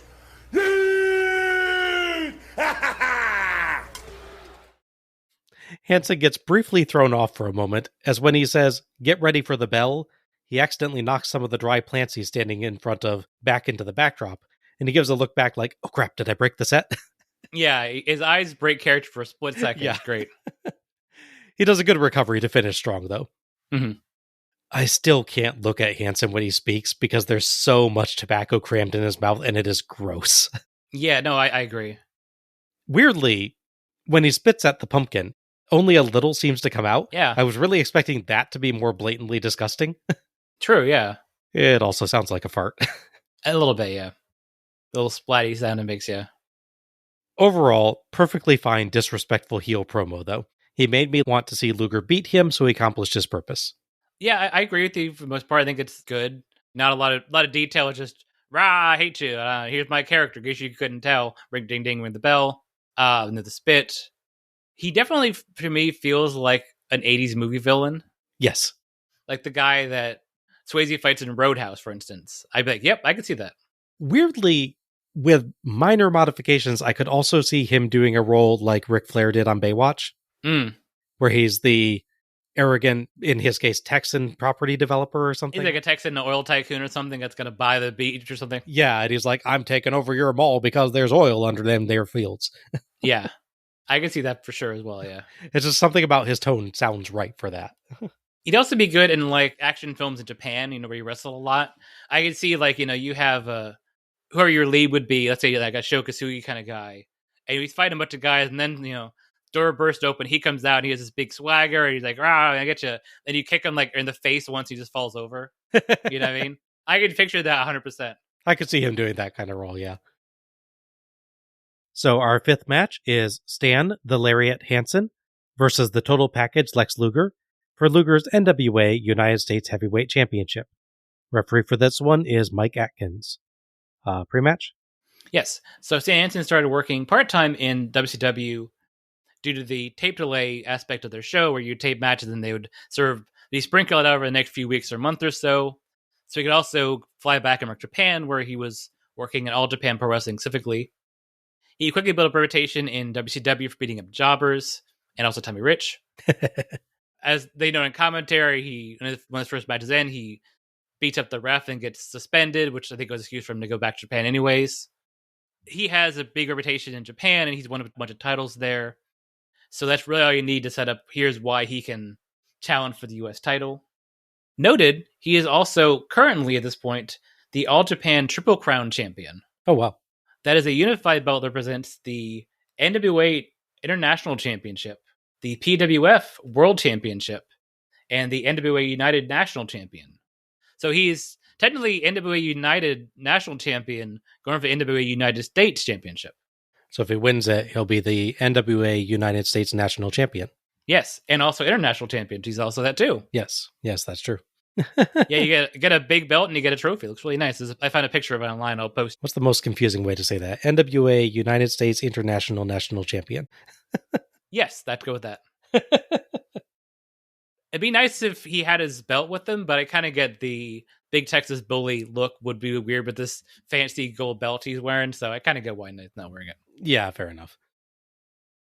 As Hansen enters, JR mentions him destroying the set, and I thought for a second that he meant the accidental bump during his promo, but it's actually Hansen running around on stage smacking stuff with his bull rope. Mm-hmm, yeah. JR says he doesn't even like to sit close to Hansen. Lex Luger gets a really good reaction from the crowd. He does, yeah. His hair is very mulletish today. Mm-hmm, yeah. JR assures us that this match won't be scored on a point system, as though most wrestling matches are. Yeah. Even when WCW does judges, they don't tend to have a point system that they're openly judging on, so that was a weird comment. Yeah, the closest is last year's Starrcade, right? With the Iron Man tournaments. Yeah, and that's they're receiving points for how they did in the match. Yeah. Not that the match is being decided based on points assigned by judges, yeah. Yeah. I mean, he's referencing, obviously, collegiate amateur wrestling, but still, it is weird in a show with no point scoring to go, well, this is no point scoring in this match. Yes, yeah. Thanks. I figured that. Luger chant from the crowd, so Hansen goes out to yell at people. Atkins takes a while to manage to get Hansen to put the bull rope down. JR demeans West Texas State University, noting that Hansen didn't go to class, but that's nothing new for West Texas State. In keeping with our usual, I assume that West Texas State has recently beaten Oklahoma in a football game. That makes sense, yeah. Hansen sneaks in a kick around the ref and clubs Luger, but Luger fights back and drives him from the ring. Paul asks if JR would like him to get his notebook and name every neck Hansen has ever broken, and JR says, sure, so long as Paul's notebook is 30 or 40 miles away. Sick burns from JR tonight. Yeah. They're definitely going for a Gordon Soley, Bobby Heenan vibe, which I'm all for. Yeah. Hansen irate gets a loud Luger sell, and Luger later sells his own kick out of a pin off a Hansen elbow drop. Mm-hmm. His kick out. Yeah, that's right. Oh, that's new even for him. They brawl around inside and out of the ring. There's a very awkward Hansen elbow drop off the apron where he just kind of gently rests his arm on Luger's shoulders, but the rest looks hard and brutal. Mm-hmm. Luger, of course, sells Hansen's strikes and his own with precisely the same noises. If you were just listening to this match, you would never know if Luger was on offense or defense. Yeah, it's true. 2 counts off Luger elbow drops, a Hansen screaming elbow drop, knee drop, bulldog, and double leg takedown, and Luger's suplex. Hansen beats Luger up in the corner and intentionally KOs Atkins with an elbow when he tries to break it up. Hansen goes for the lariat, but Luger catches him with one of his own. While both men are down, Dangerous Dan Spivey sneaks to ringside and throws in Hansen's bull rope. Hansen tries to hit Luger with the cowbell, but Luger ducks and back body drops him, then hits a one-handed bulldog a la Sting. Luger signals for the torture rack, but goes for one more charge first, and Hansen nails him with a sudden lariat for the 3 count and the win. Evidently, Mike Atkins had lost all memory of the last few minutes and forgot that Hansen clearly intentionally decked him and should have been disqualified. I mean, CT comes on really fast sometimes. Yeah. The crowd is not happy, as they really liked Luger. Mm-hmm. A couple guys mimic Hansen's hand signal, though. Paul tries to claim that Hansen did it all on his own, and JR calls him out on it, so Paul admits that he cheated and got help from Spivey, but says he still has the belt. Doesn't matter. Fair enough. Thoughts on this one? I thought it was a pretty simple but enjoyable clash of styles. Obviously, Hansen is not going to be working, long arm holds or figure fours or any of that stuff like a Flair match. What he does is hit you really hard, and sometimes harder than he meets you, because as we talked about before, he is not quite legally blind at this point, but he is very not good at seeing at this point. Let's put it that way. He is seeing poorly enough. He should probably not be doing striking moves, but that's what he does. So yeah, given that his whole repertoire is built around you run at me and I throw my arm at you, it's a dangerous combination. Yes.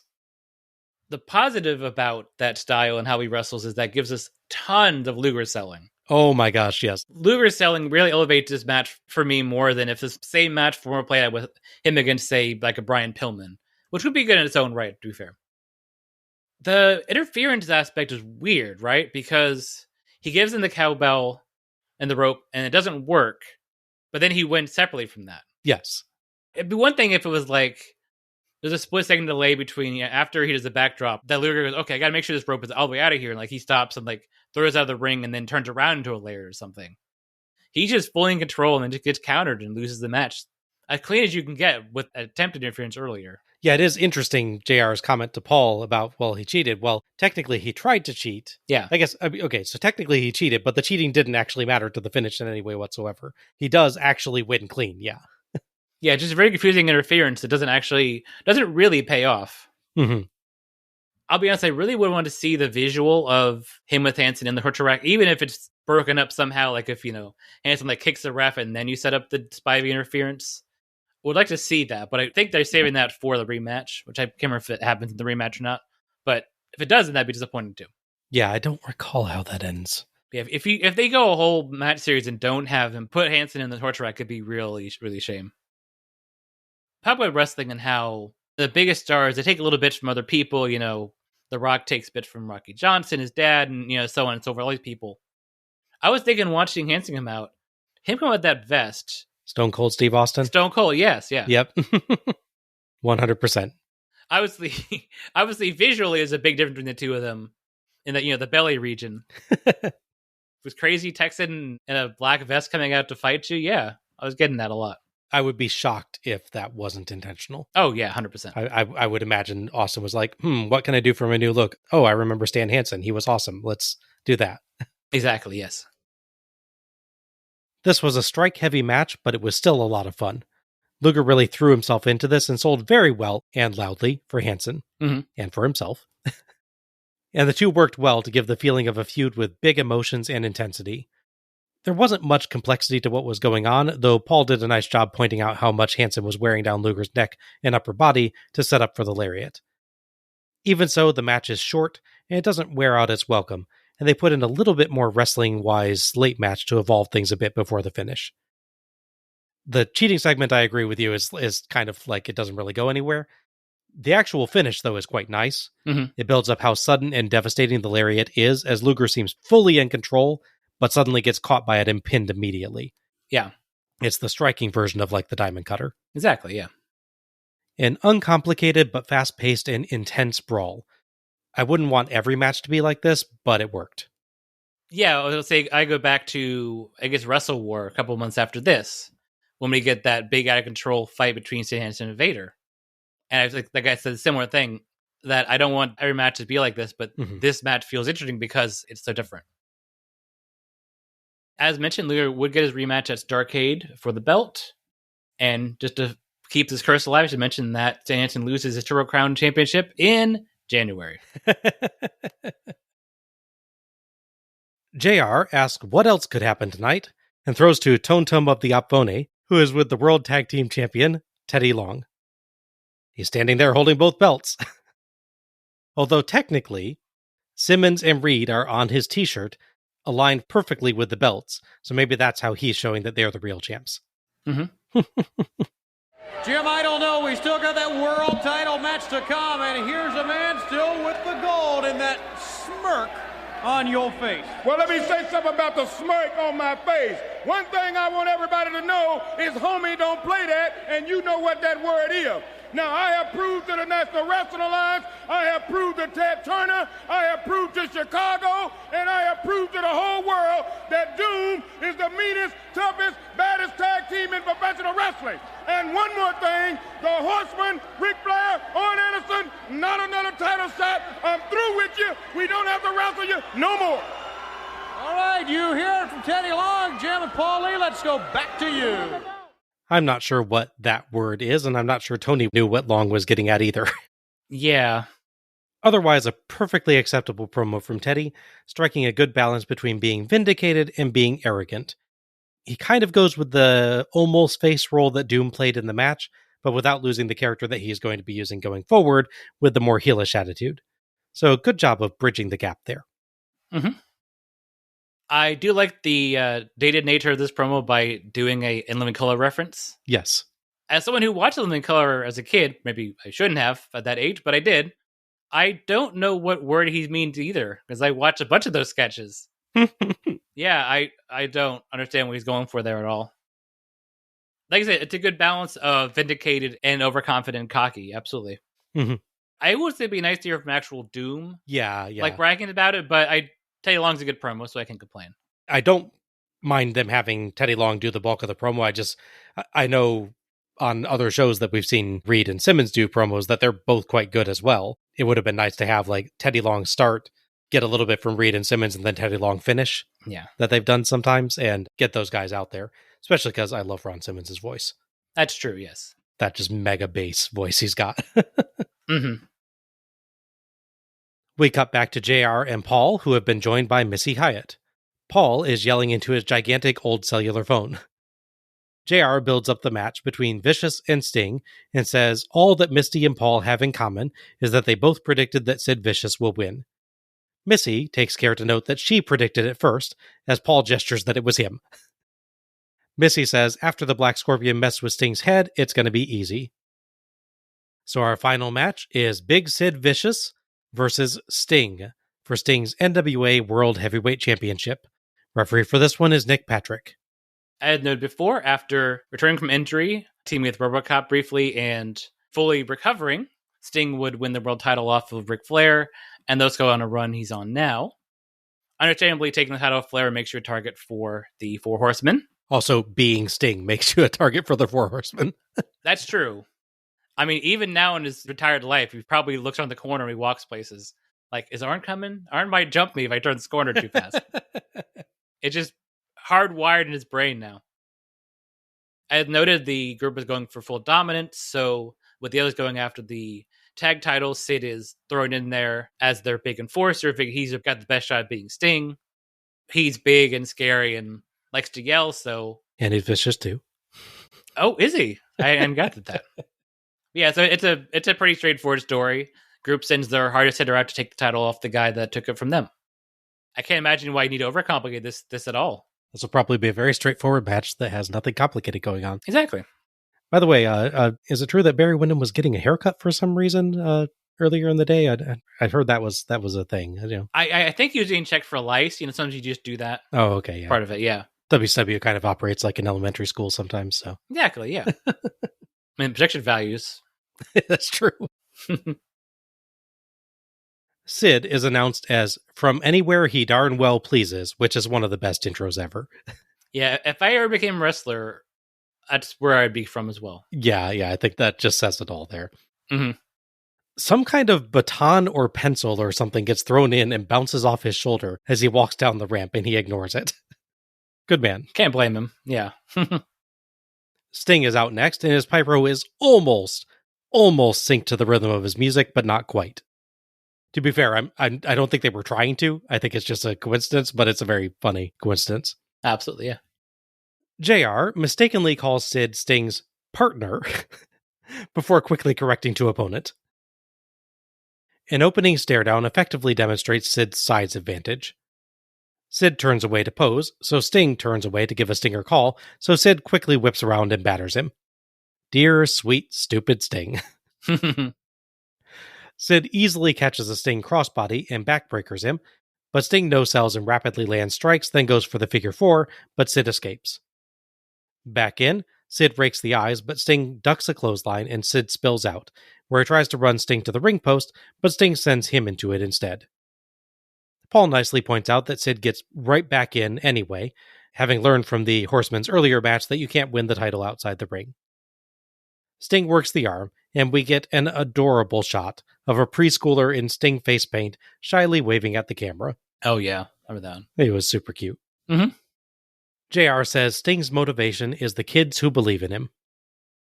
Sting counters a Sid headlock takeover with the head scissors, but Sid kips up and clotheslines him flat. JR oddly calls Sid's powerbomb a variation on the body slam, which, sure, in that your body does slam to the mat, but otherwise the move is almost entirely different. Yeah, it's a very weird way to say that. Pin attempts off a Sting sunset flip that Sid countered with a punch, but then stood there until Sting rolled him up anyway. Sid clothesline, Sid loose power slam, Sid turning his back like an idiot after knocking Sting outside so Sting can crossbody him, and Sid running apron clothesline. Sid also works a nerve hold for quite a while. As they dodge each other's elbow drops, Paul notes that the kids are also Sid's motivation, as he feeds off their tears. Mm-hmm. They end up on the ramp, and Sid clotheslines and slams Sting, but goes back to the ring, so Sting charges down the ramp and clears fully half the ring on a dive to tackle him to the mat. Mm-hmm. Sting dropkicks Sid out through the ropes and dives out onto him, actually kicking at Patrick when he gets in the way briefly. Sting and Sid brawl, and suddenly Ric Flair and Arn Anderson appear and argue with Patrick. Sting pursues Sid backstage. 16 seconds later, Sid returns, pursued by Sting, who is suddenly a few inches taller and a little bit bulkier. And his back turned to the camera when he first arrives as well. Yeah. They get in the ring, and Sting ducks a clothesline and tries a slam, but Sid falls on top for the 3 count and the win. Sting immediately rolls out as Sid gets fireworks and balloons and everything. But suddenly, the real Sting resurfaces with rope tied around one wrist. Sid tries to hit him with the big gold belt, but Sting ducks, punches him, hits him with the belt, and hits the Stinger Splash for the 3 count and the actual win. I guess Nick Patrick figured, what the hell, you get a DQ credit for being kidnapped and imitated. Exactly, yeah. Sting poses outside with his belt, and even more balloons fall. Sid looks dejected. Thoughts on this one? This, like a lot of matches in the show, was pretty simple, but it's still quite enjoyable. It's not a complex formula, obviously, with the Sid versus Sting match. You really just nail the fact that Sid is so big and powerful. Sting is constantly fighting. He never goes full Ricky Morton, even in tag matches. His energy level is always so high that it's a different feel in that way. There's definitely a point where Sid is obviously not at Sting's level, which is a common thing throughout his career. That said, I thought he did a really good job with certain timing on a bunch of spots. Like just waiting a couple seconds to do certain moves, like when he waits a moment, then does the running clothesline on the apron, for instance. Mm-hmm. Even his timing on like catching and stuff like that. Yes, it's a 2-person match and they're both working together, but I think it's important to give Sid credit for what he really does well. Even if, again, he's not going to work a complicated series like see in like a lucha match where they drop down, duck, that, and they end up a pose off. You're not going to get that with Sid. But he does his parts really well. I thought this match was built around him quite well. Now, if this was the whole match and it was just that happening, that'd be great. The problem is, they confusingly overbooked the entire finish. What's to believe happened is Sid goes to the outside, Sting pursues him, saying the Horsemen are there. The Horsemen are there to keep the ref from counting. Yes. Is the idea. Yeah. Because he's talking with them so he won't do a count out to the back. Sid runs to the back, and Sting runs out. Apparently, as you said, in seconds, Barry Windham in full Sting makeup and getup grabs Sting and ties into a bar, I guess, and then Sid and him run out, do the finish to try and steal the title. But Sting also quite easily just rips off the bar he was tied to, comes back and wins the match. It's a shame because these guys can have good matches. I know you didn't like the match they'd have about 9 years later at yes. at Royal Rumble. In fairness, it is 9 years later. Yeah. But they can have good matches together. I think they're a good pairing. So it's a shame that they just so overcomplicated this thing. And much like the Black Scorpion stuff with the crowd, we weren't sure what's going on. They weren't sure how to feel. Mm-hmm. Yeah. They don't give them a replay or anything because it's both so complicated but also so rushed. It's like, quick run back, do the thing, quick run back out here again, do the fake finish, they do the real finish. Oh, we're also at a time what happens, Ding. What I will tell you is I think the biggest indicator of what a bad idea this is there's indication on the show of what an amazing reaction they could have gotten if Sid did pin Sting. Yes. There are fans in the crowd that, because it is relatively quick and Wyndham actually does a good job of looking like Sting pretty well, honestly, if you aren't super duper familiar with Sting and aren't seeing it from his clothes, i.e. like the crowd. Yeah. So when they get that pinfall, you can spot fans in the crowd that are staring open mouthed like they just watched Brock Lesnar break Taker's streak at WrestleMania. Sure, yeah. I mean, there's some people that are dead silent, just staring in amazement that this has happened. Yeah, sure. Not like a bad reaction, like, I can't believe they've done this, but like, oh, wow, I'm very invested in what happens next. Yeah. And then it turns out that this was just a weird fraud and immediately gets undone. So they wasted a massive crowd reaction. Mm-hmm. Well, and the way that the thing plays out as well, they only, in the recap at the end, they got the shot where you see the two Stings cross path. Yes, yeah. They really should have had Wyndham as fake Sting, roll outside after getting pinned, but not actually run to the back. He should stay down selling at ringside area, even on the hard camera side, for instance. So when Sting runs back in, they can grab him and throw him in, and the crowd can see both of them together, and then you can, chuck Wyndham out and then do the whole thing with Sid. You either do that and get a bigger reaction of Sting actually getting to beat Wyndham up for it or something like that and make the entire thing bigger, or you actually do just Sting is unconscious backstage he does not come back out on the show, Mhm. and you resolve this tomorrow on TV. Yeah. I just think if they had them even just in the same shot in the middle of the ring, it would have made it a lot more clear. Yeah. If you're going to stick to this silly idea of Wyndham as a fake Sting and everything, you got to do it better, simply put. You know I don't tend to like Sid matches. Yes. As you mentioned, I was pretty open about this pairing being one of the bad parts of Road Wild 1999, for instance. Less bad than the rest of the latter half of that show, but still bad. Yes. So trust me when I say, this match was great. Yeah. Sting made Sid look like $1 million here, and Sid was up to the task of looking like $1 million. He did his part very well, with hard strikes and big slams and just the right mix of intimidation and arrogance. The nerve hold is a bit long, but otherwise this is one of Sid's very best performances. He seems to be aware that he is in a big, important match, and he really pours it on, and the impact he gets on some of those clotheslines in particular is great. Yeah. Sting, of course, is a dynamic performer with a great mix of speed and power as usual, but he pulls out all the stops to not only make Sid look great, but give the audience some really exciting stunts. That ramp sprint dive is amazing. The match has a great rhythm between Sid landing really hard hits to Sting, and Sting regaining enough energy for spurts of offense, never fully out of it, but always on the defensive. It does a ton to build Sid up. Which is why it's so incredibly disappointing that WCW chose to end it with such a ridiculous, convoluted finish that overshadows the match. Yeah. With Barry Windham dressed up as Sting, taking a false pinfall only for Sting to come back, beat Sid up, and win the match in a matter of seconds. I get that a belt shot is involved, but come on, it not only makes the audience forget all about the match, as they're too busy screaming, "What? What?" at the television, it also makes Sid look like a loser who isn't hard to beat after all. It's a massive disservice to Sid after the match did such a great job making him look big and powerful and threatening. Now not only does he need a cheesy trick to win, he loses the moment the trick is revealed. I know that disqualifications make for really crappy main event endings, but it would have been much better for Sid if Patrick had just reversed his decision and disqualified Sid for horseman interference after the trick was revealed. Or, if WCW didn't pull such a silly trick to begin with. Yeah. Great scouting by the Horsemen, by the way, figuring out what Sting, who has approximately 1 million different outfits and paint color schemes, was going to wear, getting a set of the pink Sting gear in Barry Windham's size, and carefully mimicking Sting's face paint, which, by the way, had mostly worn off by the time this had happened. Does Sting have, a daily planner where he records what he's going to wear in advance, and the face paint he's going to use for the next few weeks at a time, along with an instructional document on how to properly apply it? Did the Horsemen steal those? Or did they just make a Wyndham-sized outfit of every single thing that Sting ever wore, and just hoping that he didn't debut a new outfit tonight? Or did they raid Sting's closet for duplicates and just kind of hope it would stretch a little? I need to know. I need to know.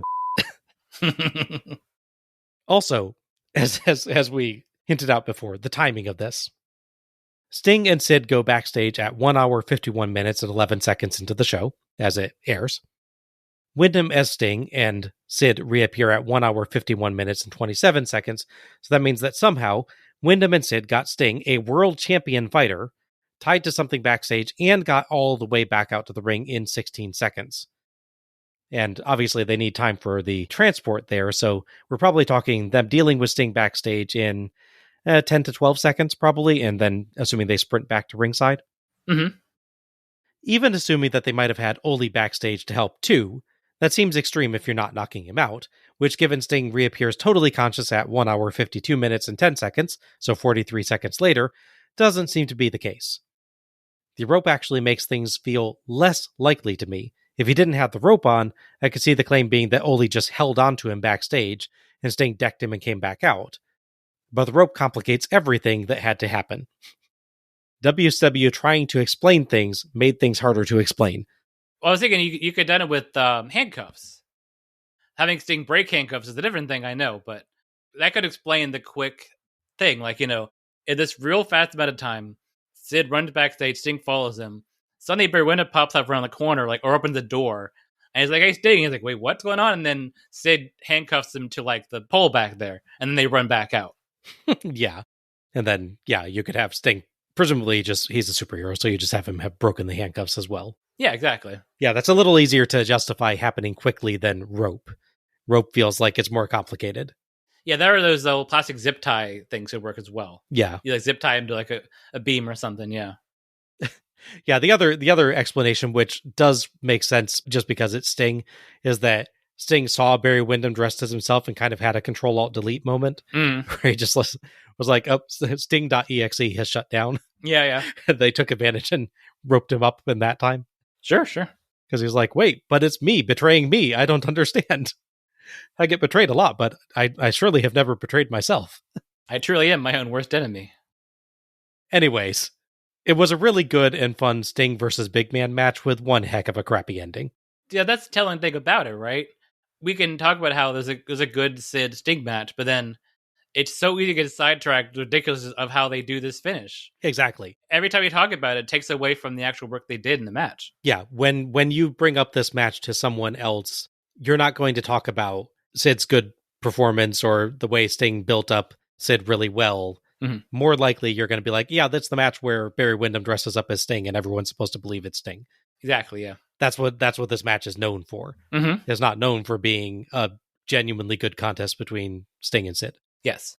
And it should be, and it's a massive shame. Absolutely, yes.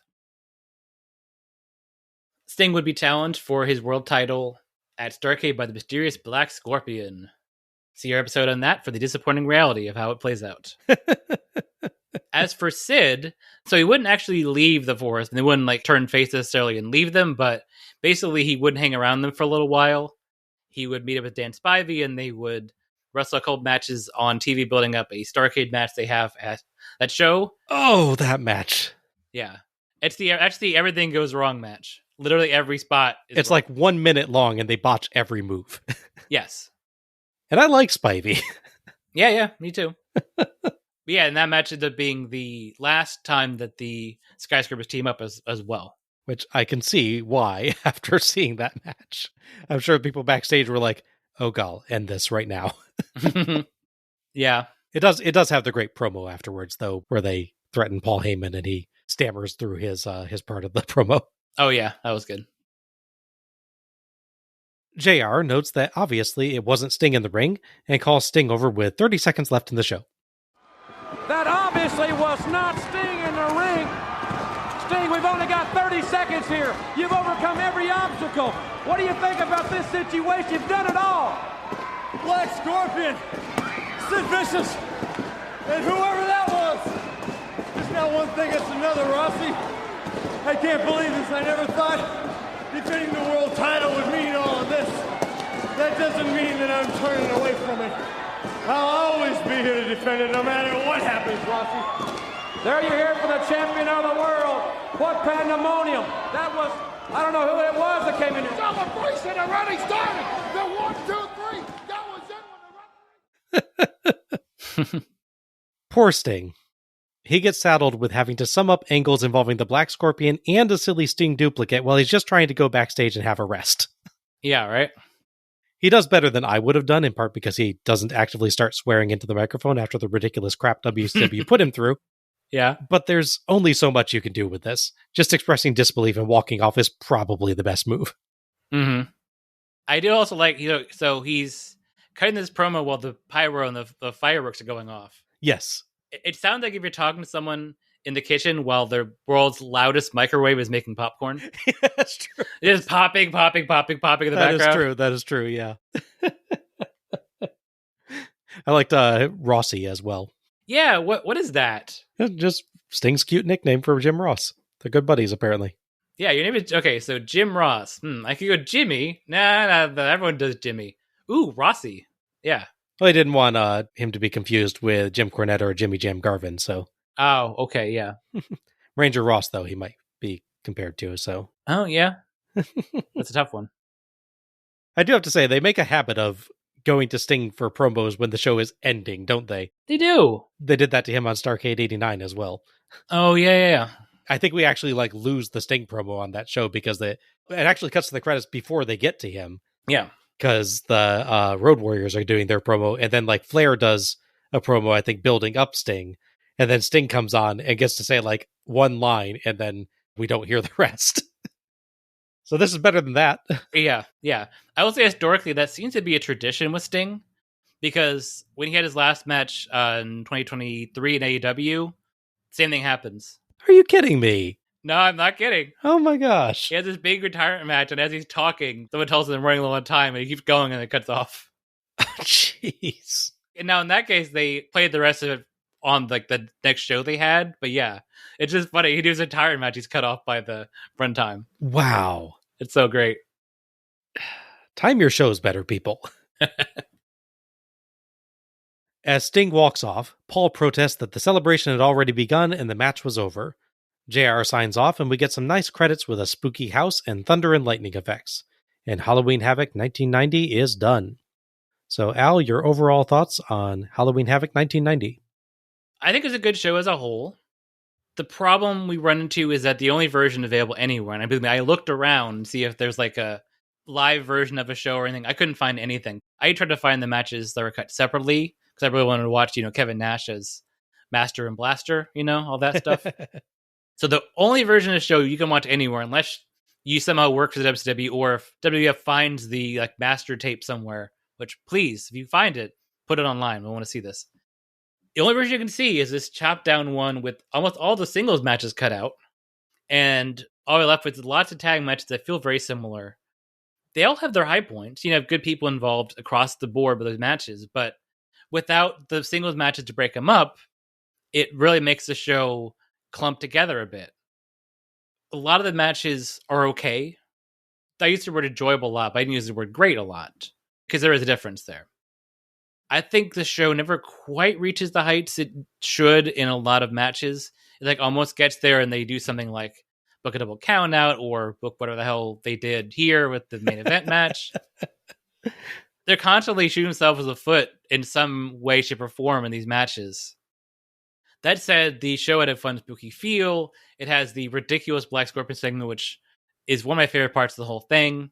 And there are good matches buried in here. So it's not like a show where, here's a really funny segment, but everything else sucks on it. Everything else is fine to good to almost great in a lot of cases, or really close in so many cases. I like that they finally embraced the theme. And as a whole, it's generally more enjoyable than the last one, just for the total package of it. No pun intended by having Lex Luger on here. Though he was an enjoyable part of the show, too. He was, yes. Absolutely. Yeah, this was okay. Unfortunately, as you said, we only have the cut-down version of the show to watch, and while I don't think the things that were cut were necessarily major, no, their inclusion, aside from giving us a be-mohawked Kevin Nash, would have added some very necessary variety that this show seriously lacks. Mm-hmm. The cuts mean that we get 4 lengthy tag matches in a row. Even with the missing matches, we would have had 3 tag matches in a row, as Nash's match was also a tag. But the first and fourth matches on our show would have been broken off by a few singles matches. Yeah. As it is, the show just feels very repetitive. The matches are largely fine, mind. Endings aside in some cases. Yeah. The action is reasonably solid to actively good, most matches have a decent storyline to them, and there's some big character work by folks like Morton, the Freebirds, the Horsemen, and Doom, Sting, Sid, Luger, and Hansen. Yep. It's just that so much of the show is variations on the same thing. It's a little tiresome to watch the early part of the show. Things improve with the Horsemen versus Doom, which is just so full of character and energetic enough to pull things back, even with it being yet another tag match. But man, was I glad to see a couple singles matches pop up for the final 2. Yeah. Like you said, none of the matches are bad at all. All of them, I would say, are acceptable to good. But you're watching it and you're like, I've seen this match, basically. Yeah. If I watched any single one of the tag matches, just on a single night on its own, I'd be fine with them. These are well-done tag matches, but there's 4 of them in a row, and they mostly do the same thing. Yeah. Promo work was fine, mostly short, but generally energetic and emotional. The Horseman promo, I think, is the standout, with some really great work by Arn in particular. Of course, the promos also included some notable interruptions tonight, too. We got a good beatdown by the Nasty Boys after a bit of a silly disguise, and less positively, the utterly ridiculous Black Scorpion nonsense that just served to distract from the main focus of Sting's storyline tonight, the fight with Sid. Mm-hmm. Poor Sid. He gets overshadowed not just by Barry Windham dressed as Sting, but by a low-budget Chris Angel act as well. Yeah. I mean, the Black Scorpion is gold in all the worst ways. Yeah. But looking at it in terms of the actual show quality, it's definitely a downgrade. Oh, 100%, yeah. Commentary was good, though with some missteps. I really like the way that JR mixed it up with Paul. They have an openly antagonistic relationship without any of the mixed aggravation and camaraderie that Tony would later have with Bobby Heenan, which made for a really interesting atmosphere as JR got quite angry with Paul at times and vice versa. Yeah. They did a good job telling the stories of matches regardless, but I do have to say Paul has a bit of a habit of exaggeration that would fit better with year 2000 WCW commentary than with this era. He's always saying things like, "Oh, I've never seen," or "That's the best." Sure, yeah. Kind of thing that just feels like you don't need to go that far. We know this is good. Mm-hmm. It doesn't always have to be the best and the brightest and the thing that's never happened before. Right. It sometimes makes him come off as just unfamiliar with WCW history or just trying to say something big for surprise value. He's not bad, far from it. He has some really great moments at times, particularly his reaction to some of the show's silliest events that help pull things back. But it's just an uneven performance. On the production front, though, the show was a marked improvement from the prior year. We got actual set design, some fun graphics for the intro and outro, spooky music, and people in Halloween costumes. Yeah. Both fans and staff. Love it. After last year, where it barely seemed like people realized it was Halloween, this was an amazing improvement. Credit to the camera team in a few notable ways as well. Number one, as ridiculous as the Black Scorpion bit and the Wyndham as Sting bit were, the camera crew captured both of them pretty well. Most importantly, intentionally not giving a long frontal view of Wyndham as Sting to give the game away more than the game was already being given away. Right, yes. They also got a good shot of Sting and Wyndham as Sting crossing paths on the aisle as Sting came out, though for whatever reason we only got that on the replay. Yeah. They also did a nice job catching people in the crowd dressed up for Halloween, which added to the show theme. This is still WCW, so there were still some awkward or missed shots, but the good outweighed the bad on this one. Overall, I did enjoy this show, but it was much easier to do that with matches 4, 5, and 6, despite shoddy and overcomplicated endings, than with the very samey 1, 2, and 3. I'm not sure that I would recommend watching it straight through as it gets a bit tiresome, but there's definitely some cool moments on the latter half, and let's face it, the Black Scorpion bit is worth watching for all the wrong reasons. 100%. Hardly bad, but here's hoping that we see improvement with future shows. Match of the night and MVP then. So Al, what is your match of the night? All right, so not a lot of great options on the show, unfortunately, because you mentioned a lot of the feel samey. For me, I think it comes down to the main event, Sid versus Sting. I could see making a case for Luger versus Hansen, or even the Steiners versus Nasty Boys. But for me, I think in spite of the finish, the overall action and storytelling in the Four Horsemen versus Doom match just pulls ahead a little bit. Mm-hmm. And so for me, that's my match of the night. I'm going to agree with you. The Four Horsemen versus Doom, despite a disappointing ending, it's a really fun match to watch with lots of big character and great tag team work by Flair and Arn. Mm-hmm. It maybe overuses the read, accidentally distracts the ref thing a bit, but otherwise it's an enormously strong match that's easy to watch and enjoy. Just, crappy ending. Yes. Runner-up for me is Sid Vicious versus Sting, which is also very strong, but has a bit of a slower middle section that hurts it just a bit and doesn't get quite as much fun character work in there. It's still close enough that if that just had a good ending, it would have taken it. Agreed, yes. MVP? So I'm going to go back to the way John used to pick MVP. Okay. Which is, MVP is the most important person in the show, like the person that does the most on the show, right? All right. So that is why I'm picking Ric Flair. Okay. So, throughout the course of the show, if kayfabe is to be believed, he is dressed up like the Black Scorpion and performing magic, which is pretty impressive. This guy learned magic. That's impressive, right? He does all that. He then goes to the back and prepares for his tag match. Then after that, he goes to the back, helps Wyndham get made up as Sting, waiting back, presumably doing the final touch-ups, like making sure that the makeup face paint matches and everything. Oh, sure, yeah. If anyone would be very familiar with Sting's face paint among the Four Horsemen, it'd be Ric Flair. Exactly. So before they come out to ringside for the interference part, it's Arn and them back there with Wyndham, and they're just making sure everything looks right. Then it's their cue to come out and distract the referee for that whole segment, and they leave also just in time. So yeah, the person who does the most in this show is in fact Ric Flair, if kayfabe is to be believed.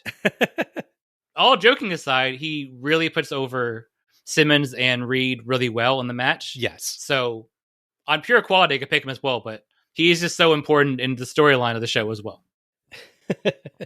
Yeah, Flair was definitely in contention for me, even for the stuff he legitimately did on the show. Yeah, of course. Definite credit to him and to Arn for working together to turn Flair's normal formula into a tag formula very well. Yeah. That was really nice. I loved that Arn even also had his own leg hold to use after the figure four to continue the work. That was cool. Oh, yeah. There's a lot of great performances on this show, but I'm going to go with Ricky Morton. Okay. For his excellent work in basically doing an entire team's worth of work on a tag match by himself. Yes. Never letting it get monotonous.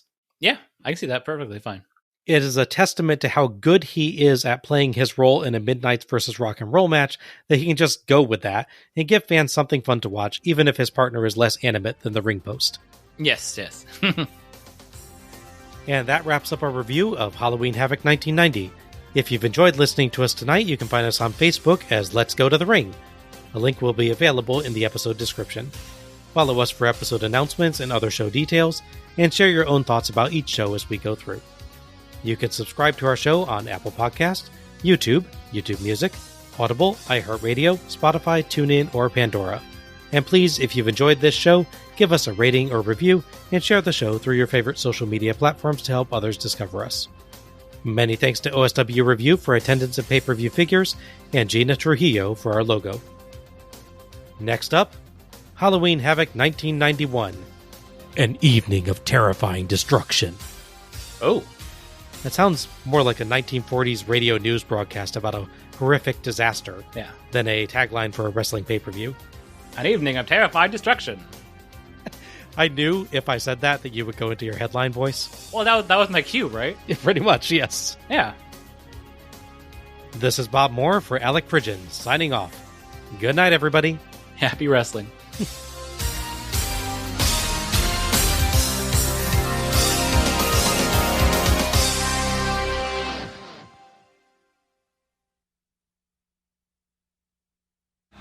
Well, what happened? Where was he in that cage there? He was somewhere in the cage. Where did he go? He wasn't in the cage afterwards. And he disappeared. And he had a girl. He took a girl out of the crowd, and he just.